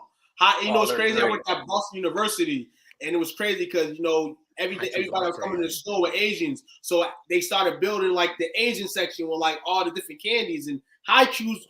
Everybody coming with High Chew. So one day I took a bag, I bought them. I'm like, yo, crazy. So I definitely on that wave. That candy. Oh yeah, they're good. My go-to ones are the green apple and the grape ones. Yeah, fun. Yeah, green apple and grape are the best too. Yeah. Fun fact. I had High Chews before they hit the American market. My grandmother used to take in students from all over the world, all over the globe. And one of them was from Japan, and he got a care package sent to him from his family, and he was just like, "I want you guys to try these," and he gave me the High Chews, and I was like, "Yo, that's crazy." You couldn't get them in America at that time. Though. I was like 8 or 9. Of course, the anime nerd says High Chew. Yeah, it works out like that though. Number 3, y'all know we all know Sweet Tarts, but did you guys ever see those big packs of 4? Yeah, big packs of 4. Yeah. It's got the green one, the purple one, the yellow, and I think of the red. Love that pack. Yeah, that was worth it. Because those things would last forever, and they were fantastic. The banana. They weren't hard, but they weren't chewy. They was like exactly. It's like a sucker, and you had to wait on them for a minute. Yeah. To my man Jess, I used to love Now and Laters, bro, until they fully ripped out a filling of mine. Like, just it pulled the filling clear out my tooth. Like, just yeah. And yo, and I didn't even realize I'm sitting there chewing like, yo, I was like, yo, what is in this now or later that tastes and feel like metal? I pulled the whole piece out. It was just metal all in it. It was my whole feeling. Wow. That's crazy. Oh, yeah. Bush in the slam. I heard about that yesterday for the gun. He said it was all good. We're going to be good. Yeah, right. Yeah, right. No, this is gonna get a laugh. Mexico Slammer. This is gonna get a laugh out of some people because I made sure I even put it right there. Number 2, Twixt, the left. You're If I go into a vending machine and it says Twix right side, I'm not guess doing I'm it. getting Twix somewhere else. You're a fool. And number 1, first and foremost, and it's kind of why my stem or reason I don't dislike it, but I'm not a big peanut butter fan, so I don't put Reese's on the list because as a kid, my brother and sister got the Reese's. I was the youngest. I didn't get the pick of the litter. I got my favorite flavors of grape and orange because I always got the stuff that no one else wanted. Number 1, Kit Kat. Kit Kats will always be better than Reese's. That in my mind. Though I love the Reese's stick. The Reese's stick bomb. I love Reese's, but again, similar to you, but for different reasons. I was the only child, but I never got Reese's because my grandmother bought all the candy and she wasn't sharing Reese's with a soul. Yeah. I could be dying and all we have is Reese's. She ain't giving it to me. My brother would get all the Reese's. My sister would get half the Reese's and half the Kit Kats, and I'd get the rest of the Kit Kats. That's great. My birthday cake was Oreos. By the way, speaking since we're all being fat boys right now, have y'all seen it? Have y'all seen the new cookies and cream Oreos? Yep. Yeah. I got them at the crib. They crazy. Hold on. I'm gonna be real with you. I had the thing of confetti cake Chips Ahoy the other day, dog. It's all right. Wasn't bad. Chewy ones. I'm not really a fan of the chewy Chips Ahoy, but I bought them, just to explore. But they're pretty good, man. There's a lot of, like you said, and Will, you mentioned the international candies and stuff like that. Mm-hmm. There's websites now where you can get care packages of those. You know what I'm saying? Yeah. And, I had the Pockies before they got over here. Those sticks with the like yogurt on the top, like the hard yogurt on the top of them. I had those before they came over here. The long cylindrical cookies. Yep, I remember I had those before they hit the market. Hey, if you guys want to try some different candy too, hit up to the box lunches and the Hot Topics. They got some crazy shit there too. Yeah, they do. No, they got this section, man. And I went to a mall the other day, North Shore Mall up here. I'm on the North Shore, so it's in Peabody, and they have a store now where they have all that stuff, man. What in the Pick My Ride is going on? My man Jess is bringing it today. That's great. I need more. I'm going there this summer. I'm going to Cali this summer, man. So I put Oreo flavor in your Oreos. And I told you, I knew I was going to get capped on for that. Don't cap on me about the Reese's thing. I have an older brother and an older sister. It wasn't good shit. Nah, it wasn't the Reese's thing. If anything, it was the strawberry candies. It was the what? Them strawberry candies. But I'm with you on that. Oh. And Kawan, you're right. I am gonna have a bowl of them old ass candies in my house because ain't nobody. I'm not sharing the good candies with nobody. That's $75. That's how you learn how to do it. Yep. You leave the Werthers in the bowl. Go ahead, y'all can have those. Butterscotch, have fun. I don't have no good candy in my house. Yes, sir, man. Yes, sir, man. Hey, we can go. I go out and buy the Ghirardelli caramel chocolates for me, and Jamie ends up taking them home. Yeah, well, that's just part of the life, man. Now y'all gonna have me eating candy tonight. But guys, we gonna stroll in to the last break. Grab a candy bar right now while you at it, and we'll be back in about 15-20 and get into this last topic, which is gonna be very entertaining. So come back with us. Nice. What's up, world? Kyrie Robinson, man. New Orleans Saints veteran. Hey, man, make sure you guys go check out my guy, man, STWF, the media, man. Check them guys out. Y'all want to get sports talks with players, with fans, anything like that, man, go check them guys out, man. That's the place to be if you want to talk sports. Who that nation?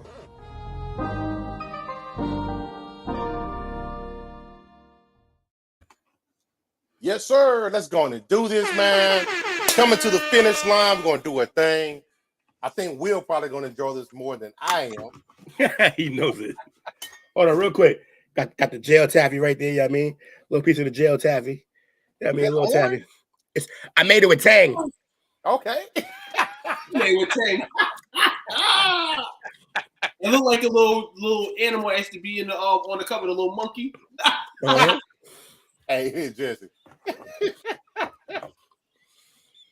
When I'm old, all my hard candy bitches will have THC. Mine too. Maybe if you don't get that comment off. Get that comment off. Coach Lee, how come your wife don't come on here and cap on you? Why's my wife got to go and do? So the last topic we she's had, part of the family, man. So that's what it is. Spaceship time. As we ready to wrap up the chop up. This one here in particular is probably one of my favorite ones. I know Will and I have a commonality in this. We talked about it a little bit. Jesse gonna love this too. But in no particular order, ooh, I just want to go through who my favorite comedians of all time. So I'm just gonna throw them out there, and y'all let me know if y'all familiar with their work. You can focus in on somebody, but let's go through this. First off, David A. Arnold, R.I.P. Ooh, yeah. Not a lot of people know that, man. Right. He was just getting his chance. We're gonna come back. Mitch Hedberg. Oh, legend. Earthquake. Bill Burr. Bill Burr's unbelievable. Russell Peters. Okay. Charlie Murphy. Rest in peace. The great Bernie Mac. B. Mac, rest in peace. George Carlin. The legend, the man, the myth, the legend. Dave Chappelle. And I know who last is. And Richard Pryor. Yeah, that's crazy. That's a crazy 10 list right there. So it's tough. I got 3, and Jamie made me put in an honorable mention, but you finish up, and then I'll go into mine. But you go ahead and finish up. So for me, the reason why I like these particular guys, first off, David A. Arnold, as we mentioned at the beginning, he actually, he went through the circuit. He down in the, he was down grinding, doing his thing. And during the COVID outbreak is when he started to get the big venues, starting to take off. He's working on shows, behind the scenes and stuff. Yeah. And he's a younger guy, man, but he passed away last year, September the 7th, at the age of 54. Yeah, that's wild, man. And he's from Cleveland. Yes, he is. So if you haven't had a chance to check him out, you have to go. Dude is hilarious, man. He talks about life, but he puts his twist perspective on it, like most of these guys do. But you definitely enjoy watching his stuff. Absolutely. Man, this one here, a lot of people ain't familiar with his work too much. But Mitch Hedberg is an absolute murderer. Like, he gets on the stage, like if you caught him in the prime too, I'm talking about your side hurting. Like, he's a fool. He is an absolute fool. He got a few of my favorite bits too, like just individual bits, not even like the whole thing, but just the individual bit. A few of my favorite joints, man. He's crazy. He is known for what they call observational comedy. Yep. Yes. So it's gonna be some stuff you're gonna be like, you know what? You right about that. Yeah. Or like, I never thought about that shit at all, ever. Like, next, I had Earthquake. Earthquake's great in his own. I love the podcast that he did with Shannon. Gave a little bit of perspective on where he came from. From the DC area, which put out a lot of great comics from that area. But yeah, Earthquake's one of my boys, man. Bill Burr. I was kind of late to the game on him. I know familiar with him. I knew who he was. But like, to me, I enjoyed watching him in the Star Wars show. Yeah, he was great in Mandalorian. He was. He put his own spin on it. Yeah, he played it. He played it how we would want him to play it, though. Like, correctly. Yeah. Correct. But then I started paying attention to him, and I went back and I started looking at it. Like, one night, I looked at, he had a recent one, but then I went back on and I ended up watching like 3 more previous shows that he had, and they all were different. And he killed on every last one of them. Everyone. His most recent was at the Red Rocks, which is outside, kind of, because I think it's in Colorado. It is. And it's outside. and And even though it's outside, you can still hear him shake the room. Like, he is unbelievable, man. He's the one who put out the perspective on the perfect perspective on women's basketball and them calling everybody out about supporting them. He was like, go to the games. He was like, he was like, you like in a metaphor. He was like, you want me to pick up your end of the couch too? It was crazy, man. Like, he's perfect. He's one of the best to ever do it. Yeah. This guy here, man. The first time I saw him was probably about 2019, maybe. It was right before COVID, but that's Russell Peters. The first time I actually saw him, and he had me killing over, man, just laughing my ass off. He's from Toronto, but he tells his perspective of growing up in a very strict household, and how his parents probably wish he would have became a doctor or engineer or something like that, but he tells a joke, and he's great at it. Obviously, this one here, I've had the pleasure to see this guy in person at the Improv. I like Eddie Murphy, but I rocks with Charlie Murphy, man. Eddie used to use some of the stuff when they grew up, telling stories, and I think he even said as much that his brother was funnier than he was. Yeah, and he's raw with it. I recently saw a reel where it was Eddie on stage, and he was just stalking the stage, walking around, and like it was in between the joke, and some girl was like, "Eddie, I love you," and in the background you hear, "Shut up, bitch!" and it was Charlie. Yes, yo, dog. Charlie Murphy and CB4, dog. Oh my god. Yeah. One of the most funniest, dog. Yo. No, because like I said, man, it took me mad long. I mean, not all long, but like to know, like, damn, Charlie, and then they were brothers, and it's like, damn, this dude, like, a lot of people caught, Charlie, at kind of like the end of the peak. You know what I'm saying? Like, so it's good to like be able to go back and watch like old school stuff. Where wasn't a crazy name, but he was relevant. People knew who he was. You know what I'm saying? That's kind of how it was. I feel like in the comedian game, like it was a game where you may have somebody in your crew that was funnier, and they would put those guys on. You know what I'm saying? Put them guys into the scene and stuff like that. I feel like it's a lot harder nowadays. One of the craziest, like Eddie's known for his impersonations. That's one thing he's great at. He can impersonate like real good. And his best impersonation, he says it himself. His best one is doing Charlie Murphy. Because he grew up with his brother, and all of these lines are just how his brother talked. Also, Charlie Murphy used to tell a great story about how he learned how to fight protecting Eddie. Because Eddie would be out there doing his thing or whatever, whenever they went somewhere, and that's his little brother. So he was like, people would come at Eddie, and they'd be big as hell. And he said he'd go out there, well, I'm his big brother, so it don't get no bigger than me. To him, I gotta handle it. And he was like, that's how I learned I could knock out motherfuckers bigger than me. Charlie Murphy, he's a legend, man. He's a real legend. Rest in peace. Next up, we got Bernie Mac. Gone way too soon. Way too soon. Him, I think for me, my introduction to him was on Def Comedy Jam.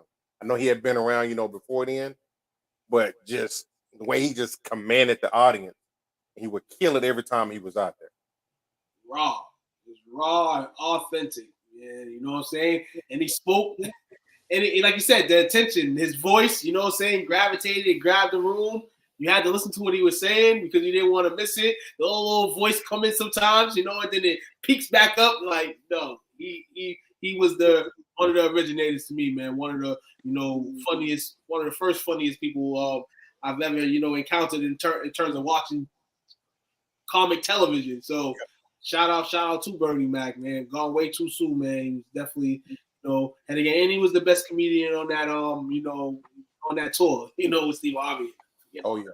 One of my favorite stories about Bernie was there was a set. Apparently, it was a bunch of heavy hitter comics there that night. Like all of the greats were there, pretty much, or most of them for that era right there. And anybody who does comedy, and other comedians tell the story all the time. And anybody who does comedy will tell you like sometimes the crowd gets in a bad mood. Or the crowd is in a bad vibe, or like a certain comic loses the crowd. And once the crowd goes, it is hard to bring them back because now they overjudge you. They're over, like, they feel like they're getting gypped. They feel like whoever's out here isn't really bringing it, whatever the case may be. That's an unforgiving gig. Right. So it's one of the hardest gigs ever. First of all, the number one fear in all of Americans is public speaking. So it's that by yourself, but you're not just public speaking. You're trying to get a reaction, trying to get laughs, whatever. So I guess there was a bad set. The crowd was killing every comic that went out there. Nobody could do nothing. And Bernie Mac came out and looked them all dead in the eye. I was like, I ain't scared of you motherfuckers. I ain't scared of none of y'all. And then went on. And when he did that, it kind of broke the tension because they were like, damn, well, like we over here shaking all these comics, but now we can't shake Bernie. And then Bernie killed it for like 10, 15 minutes and then just left. But yeah, man, Bernie was a legend. He was one of the greatest. Like his storytelling was hilarious. Absolutely.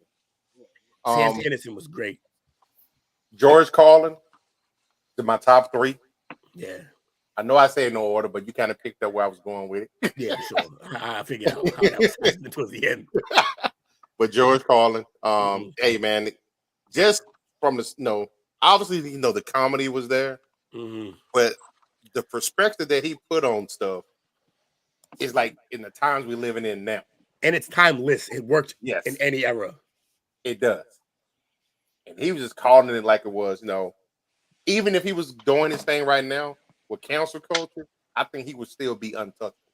No, because he had ripped cancel culture apart. That's the problem. Like you can't cancel a guy who's canceling everything else already. Like he's the one calling shit out.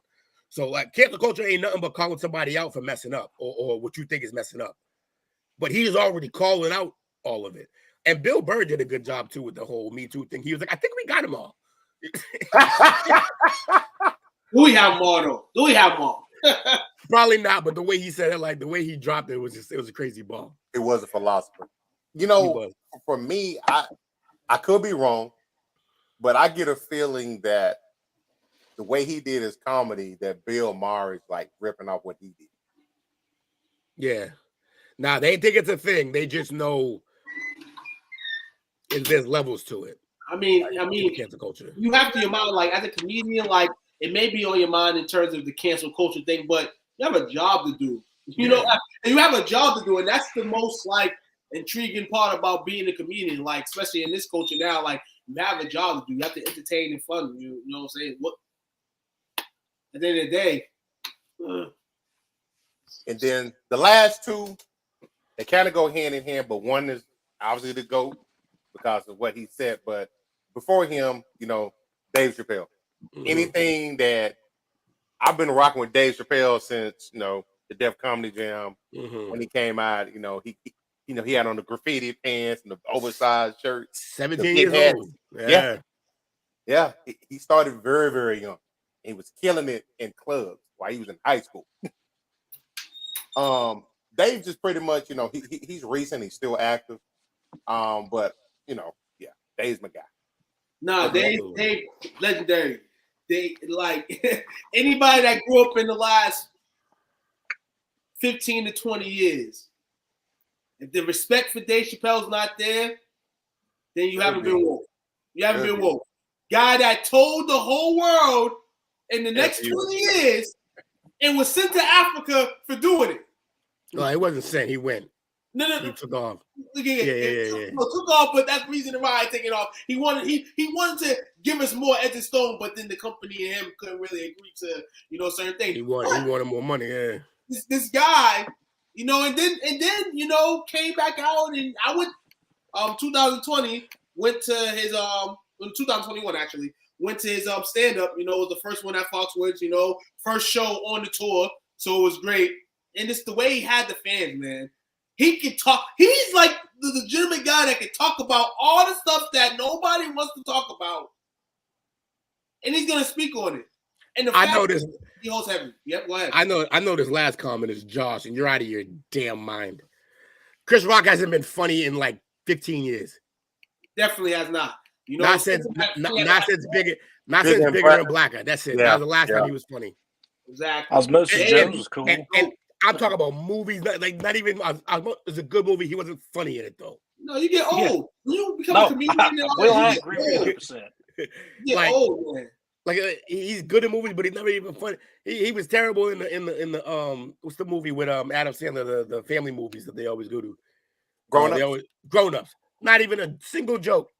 Not funny at all. He's not funny. He was the serious character in that movie. It's because they know he's not funny anymore. This Rock's trash. And the last one is the GOAT, in my opinion. Pryor. Richard M.F. Pryor. Yeah, he's just... Oh, Richard. He's the one that pretty much the Exorcist bit was hilarious. Yeah. He's the one that told the guy that was kind of seen as the goody-goody, the head of the totem pole, Bill Cosby, to pretty much F off. He ain't changing for nobody. You don't like it, don't listen. And now in hindsight, with everything that transpired, look like Richard was right. Because Richard knew. He knew.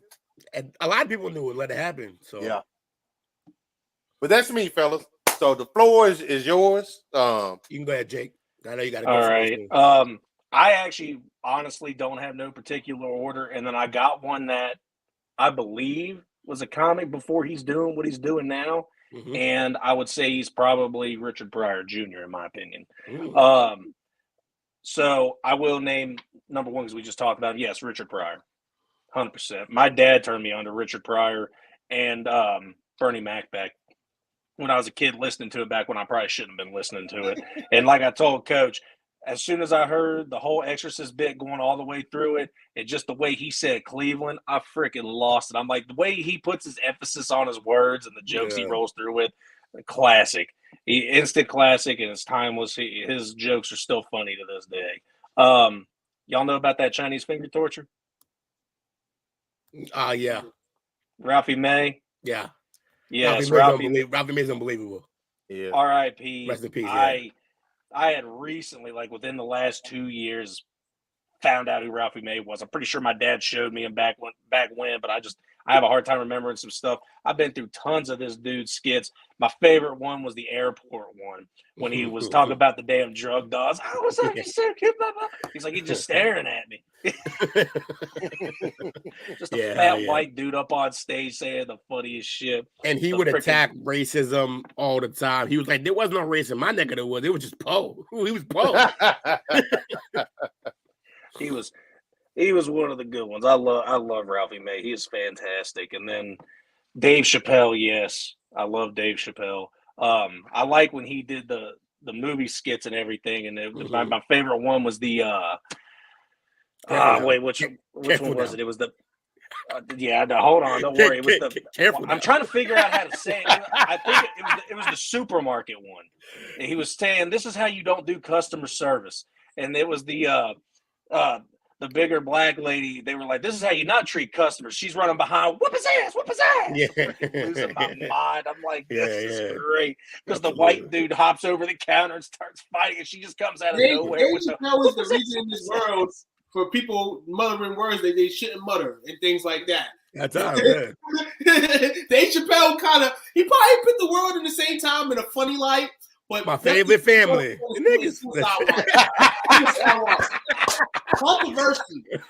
Controversy sells, man, and that's what the thing was, man. Controversial. And mine, and then I told you Jamie's got an honorable mention in here she wanted me to say, but my fourth one, and I'm almost 100% positive he started out doing comedic stuff, and then he went on to do Family Feud. Steve Harvey. Harvey was a beast. Yeah, Harvey is still gold to this day, still coming up with random stuff. His reactions are what get me, and then it's followed by what he says. Whenever someone says something stupid, the throwing of the cards. The dude's just naturally funny. Yeah, his energy is crazy. He got most of his stuff in the way he wanted to be. I believe from where I was reading a biography was he was a huge and loved Richard Pryor. Mm-hmm. This is why he had the stash and everything. I mean, he was that's awesome. And Jamie's honorable mention that she wanted me to throw in here because we were talking about it. She wanted me to say Fluffy. Fluffy! Yeah, Fluffy's a legend. Fluffy's a legend. He packs stadiums like he does. Yes. Like the whole 80,000 is in there. She wanted me to throw in Fluffy for her. She hopped off the live to watch basketball, yeah. but she did want me to make sure that she's like, hey, I know I'm not on the podcast, but will you throw Fluffy in there for me when I brought it? I was like, yeah, I'll say Fluffy. Absolutely. So He's worthy. Yes, but those were my 4. I originally only had 3, but I'm like, Steve Harvey's a comedian. He can be in there, and I need 4 for Mount Rushmore. 100%. So that's mine right there. You got Richard Pryor, Ralphie May, Dave Chappelle, and Steve Harvey. I can dig it. Shut up, watch. Oh, and hey, real quick, Coach Lee is right. I got to hop off because I got to get ready to go to work. But my shout out is to you guys, everyone commenting. You guys were absolutely freaking killing it in the comments section. Tu and Coach, we had a funny time in the green room. Be ready for the Nothing But Basketball show tomorrow. Make sure you like, share, subscribe. Let all your friends know. Share it out when you see it. And I will see you guys all tomorrow. Yes, sir. Holla. Have a good night at work. Lou, bro. Jake. Stay for him. All right, Tu, go ahead, bro. Oh, man, I was just rounding on, kind of the guys that you was naming is kind of on my flow, man. I'm about to put 1 or 2 other people in there. Cat Williams was another guy. Cat was a killer.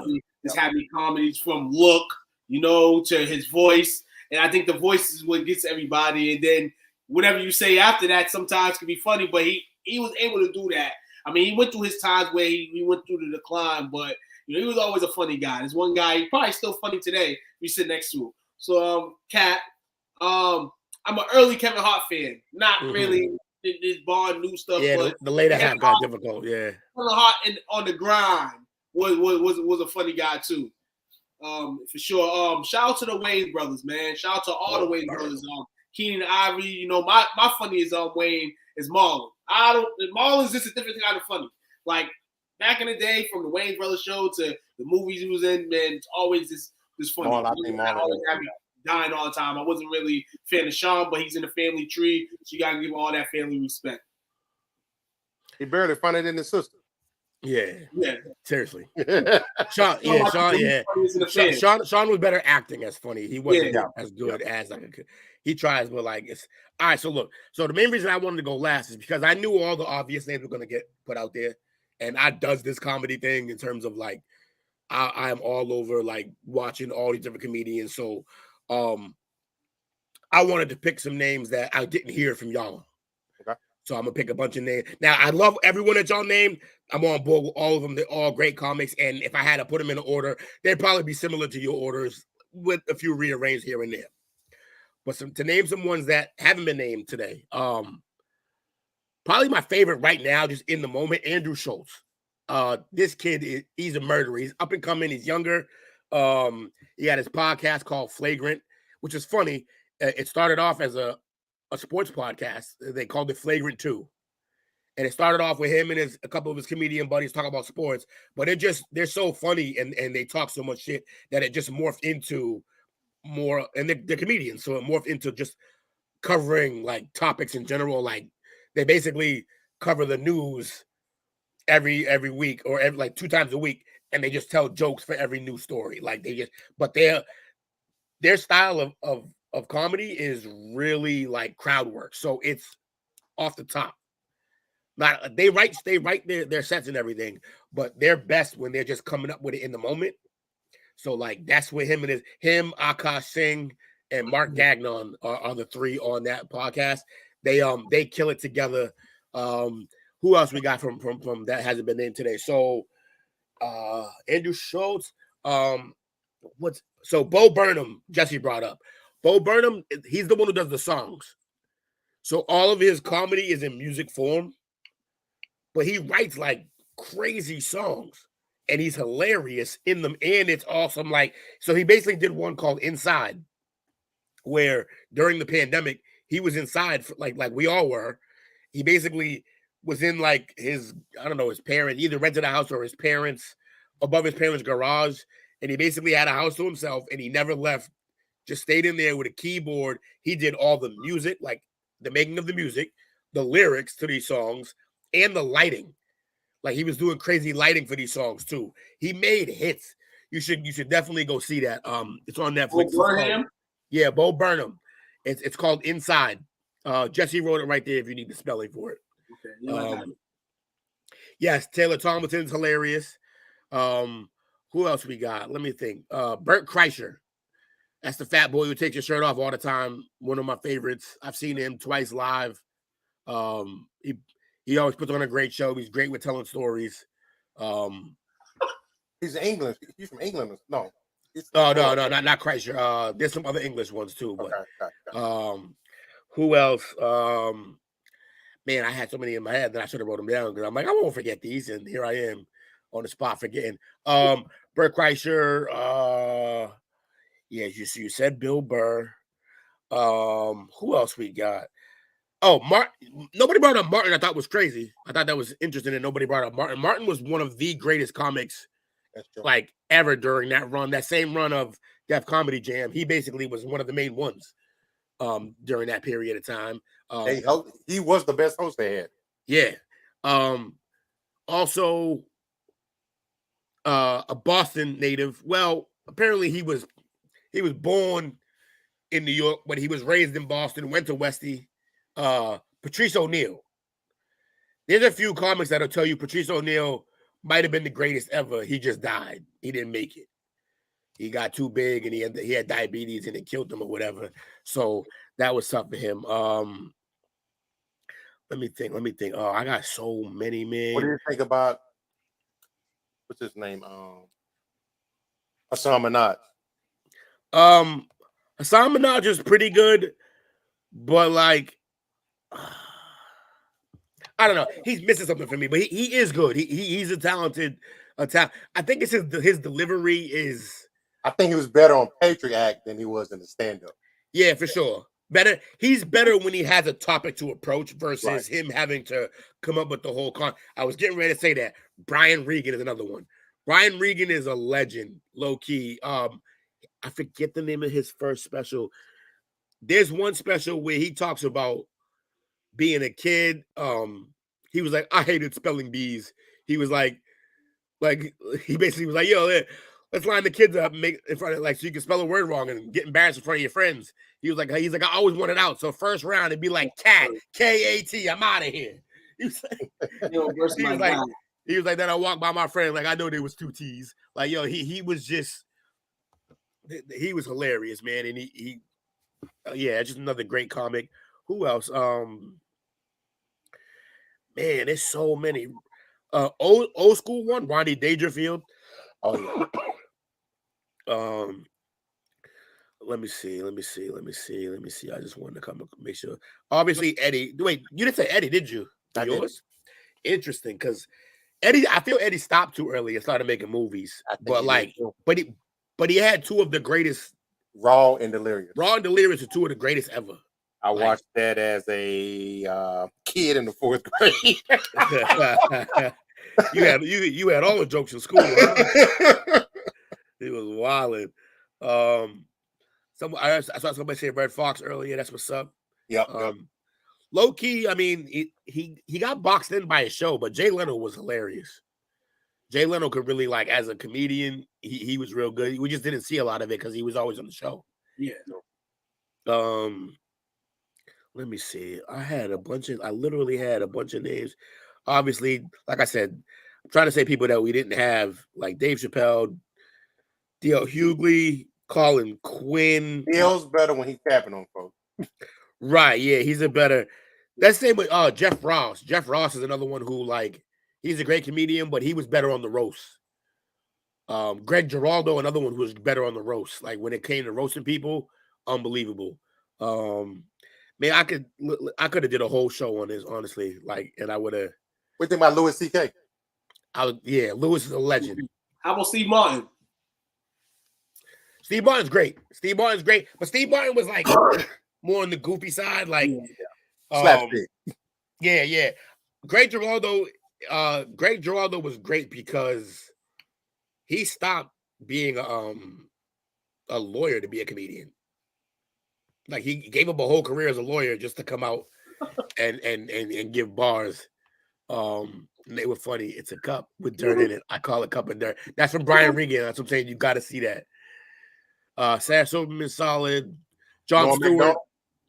Norm Macdonald was the weirdest comic I've ever seen because his delivery and the things he would talk about, you'd be like, "What is he?"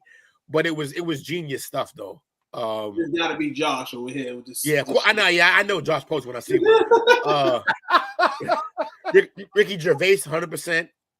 Whitney Cummings, yep. Yeah, Nick DiPaolo is the one who's all right, dude. Yeah, DiPaolo's a maniac. Who else we got? I just want to. Oh, Jim Brewer. He's the high guy from Half Baked. The one who was like, Jan, thank you, Jan. Oh man. Yeah, that's Stephen Brewer. He was Stephen Wright was hilarious too. He's like, I spilled spot remover on my dog. Now he's gone. Yeah, yeah, let me see. Yeah, Louis C.K. is, man, he caught it bad when he got canceled, but he's back out. Who else, man? Yeah, man. So like, I love comedy in general, man. It's just. What do you think about Seinfeld?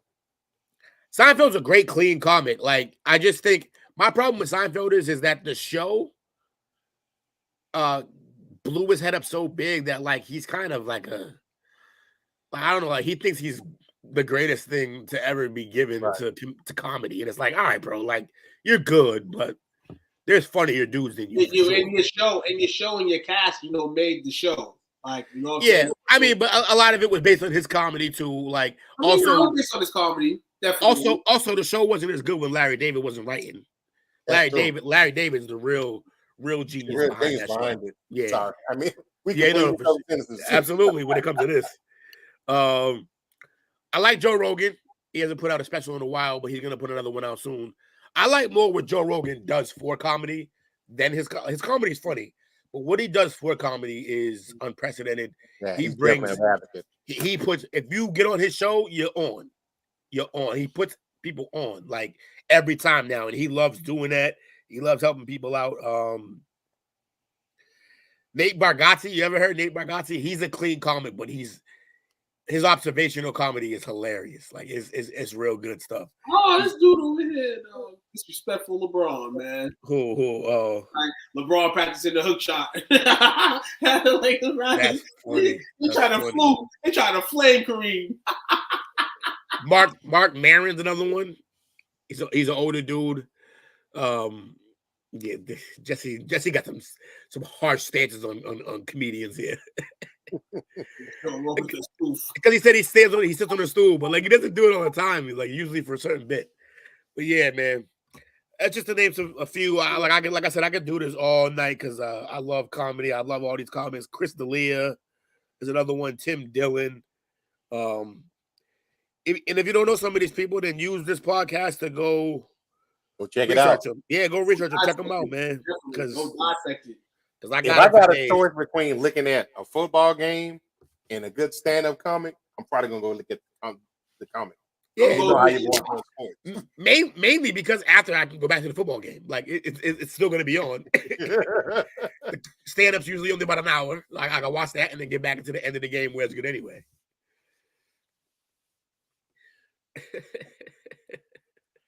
Good stuff. But yeah, man, that's a great topic. Like I said, I might do a whole chop-up show one day just all about comedy and other stuff. We can get deeper into it. You want a stand-up show? I am so down. Yeah, for sure. We can do that. Oh yeah, he did. Yeah, he did that a couple times. But I like that. It's a prop. I like that. When you can use something that's already supposed to be there as a prop, that's what's up. Yeah, man. I feel like I'm forgetting somebody that I really like. Hold on. You took me to the day show, but other than that, I had to pay for my own ticket. I had to do all that. What I like, you know what I'm saying? If I got a ticket to Dave Chappelle, I gotta go. You know what I'm saying? So yeah, I kind of got edged into that Dave Chappelle show by you, but it was a good show. It was a great show. But we kind of started seeing. It was a good show, but the decline of Dave Chappelle. But it's not his fault. You know what I'm saying? The game is old. Then they eliminate what you can do and what you can say. Then obviously what you said, you're still gonna say what you want to say, and then the whole rest of the time is you being in odds with Netflix and all the other people about what you're saying. So, I mean, other than that, it was a great show. It was a great show to enjoy. I love Dave Chappelle, so I wouldn't have not enjoyed it because it's Dave. I disagree, Jesse, especially if you do it right. There is a certain manner in which it's a crutch, but if you do it right, if you use it in the midst of a story, which he does, like in the way that you tell a story, I agree. Like, especially like, remember that cat? I don't know if you remember that Cat Williams bit where he's talking about being on the bike. He was like, so I got on my bike and I'm all in my glory. And it was like, and then it rained out today. And I'm in the middle of the road. And then he acted like he crashed the bike. He crashed and it fell on top of him. And he uses the stool. That was genius. He also used the stool when he pretended to be the lion creeping from behind the stool. He used that stool a lot of times, and that's the right. Like if you do it right, it's genius, not a crutch. It's all about how you do it. And when Joe Rogan used the stool, he used it like he was perched on the edge of a bed of one of the Kardashians. And he basically was saying that he was one of the Kardashians. He was acting like he was a devil spawned like bird. And he was acting like he was whispering in Bruce what's his name? Bruce Jenner's ear for years until it made him turn to a woman. So like it's genius the way he did it. It's genius the way he did it. That's the same one he talked about taking the edibles, ain't it? I think so. Maybe that one was from. I think the edibles, and he went jet skiing or something. Yeah, I think so. But Dave got caught up in himself and his ego. But then Chris just literally didn't give no product and gave nothing. So Dave was still active, despite the ego. Chris kind of just like, we wouldn't be talking about Chris. Chris Rock. Will Smith made him relevant again. You know what I'm saying? Will Smith did him a favor. Honestly, I heard since the slap, he's been killing. Yeah, it woke him up. So, which tells me exactly what we all expected. He, after Bigger and Blacker, and then doing the movies, he lost the hunger. Hollywood, yeah. Well, he lost Hollywood, if you want to call it, but also he just lost the hunger for like being great, and then he got smacked, and now like. He's mad again. He's hungry again. So right. That's where a lot of people's downfalls come. A lot of people's downfalls start coming when you start in these movies.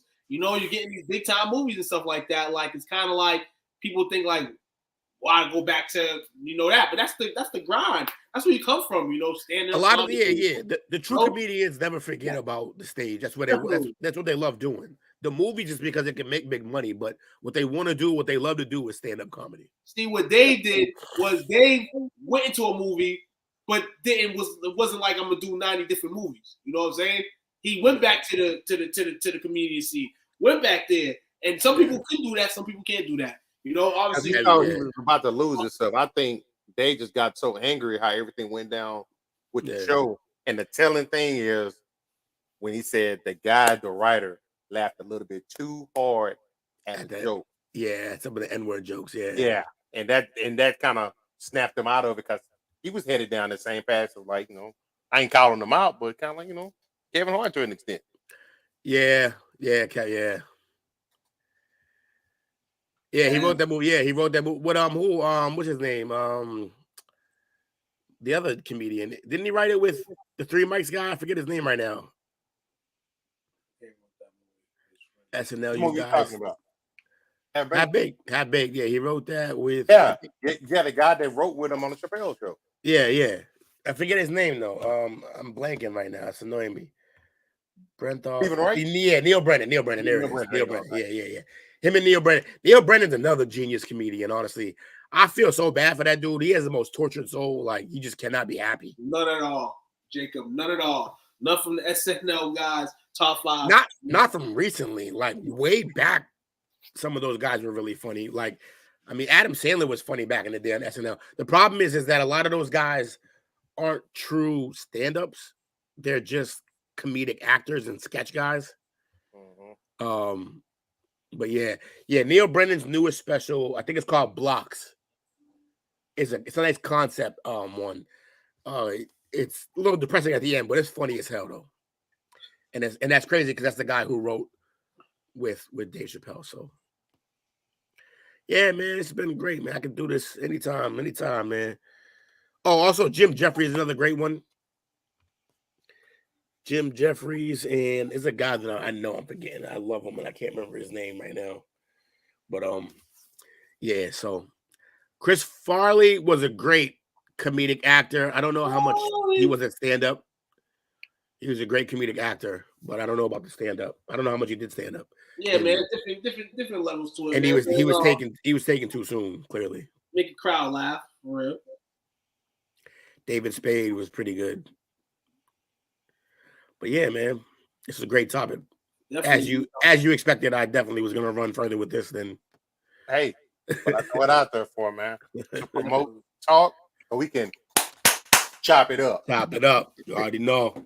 Who got shout out tonight? Chop up for the chop up. Shout out to these ribs I'm about to go tear up. Ribs and Jailhouse Tevin. Yes, sir. That's what's happening. Shout out to my man Jess for showing up heavy. He likes this is his favorite show is to come to the chop up.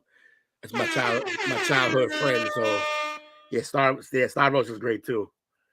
But yeah, it's always they're all our people when they come in, but it's great to have my childhood friend in here when I'm doing my thing too. So man. Shout out to everybody who showed up. Shout out to everybody that tuned in, man. Definitely, man. Anybody that tuned in just for the chop up tonight, man, tune in for other shows as well, man.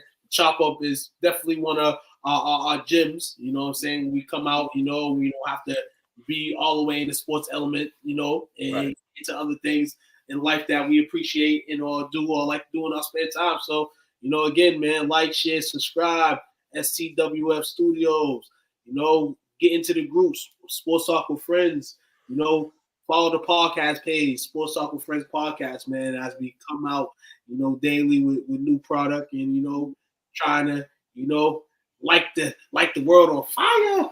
And hope you guys are enjoying the ride this fall. 100%. Shout out to you fellas. Shout out tonight, everybody that was on here with us.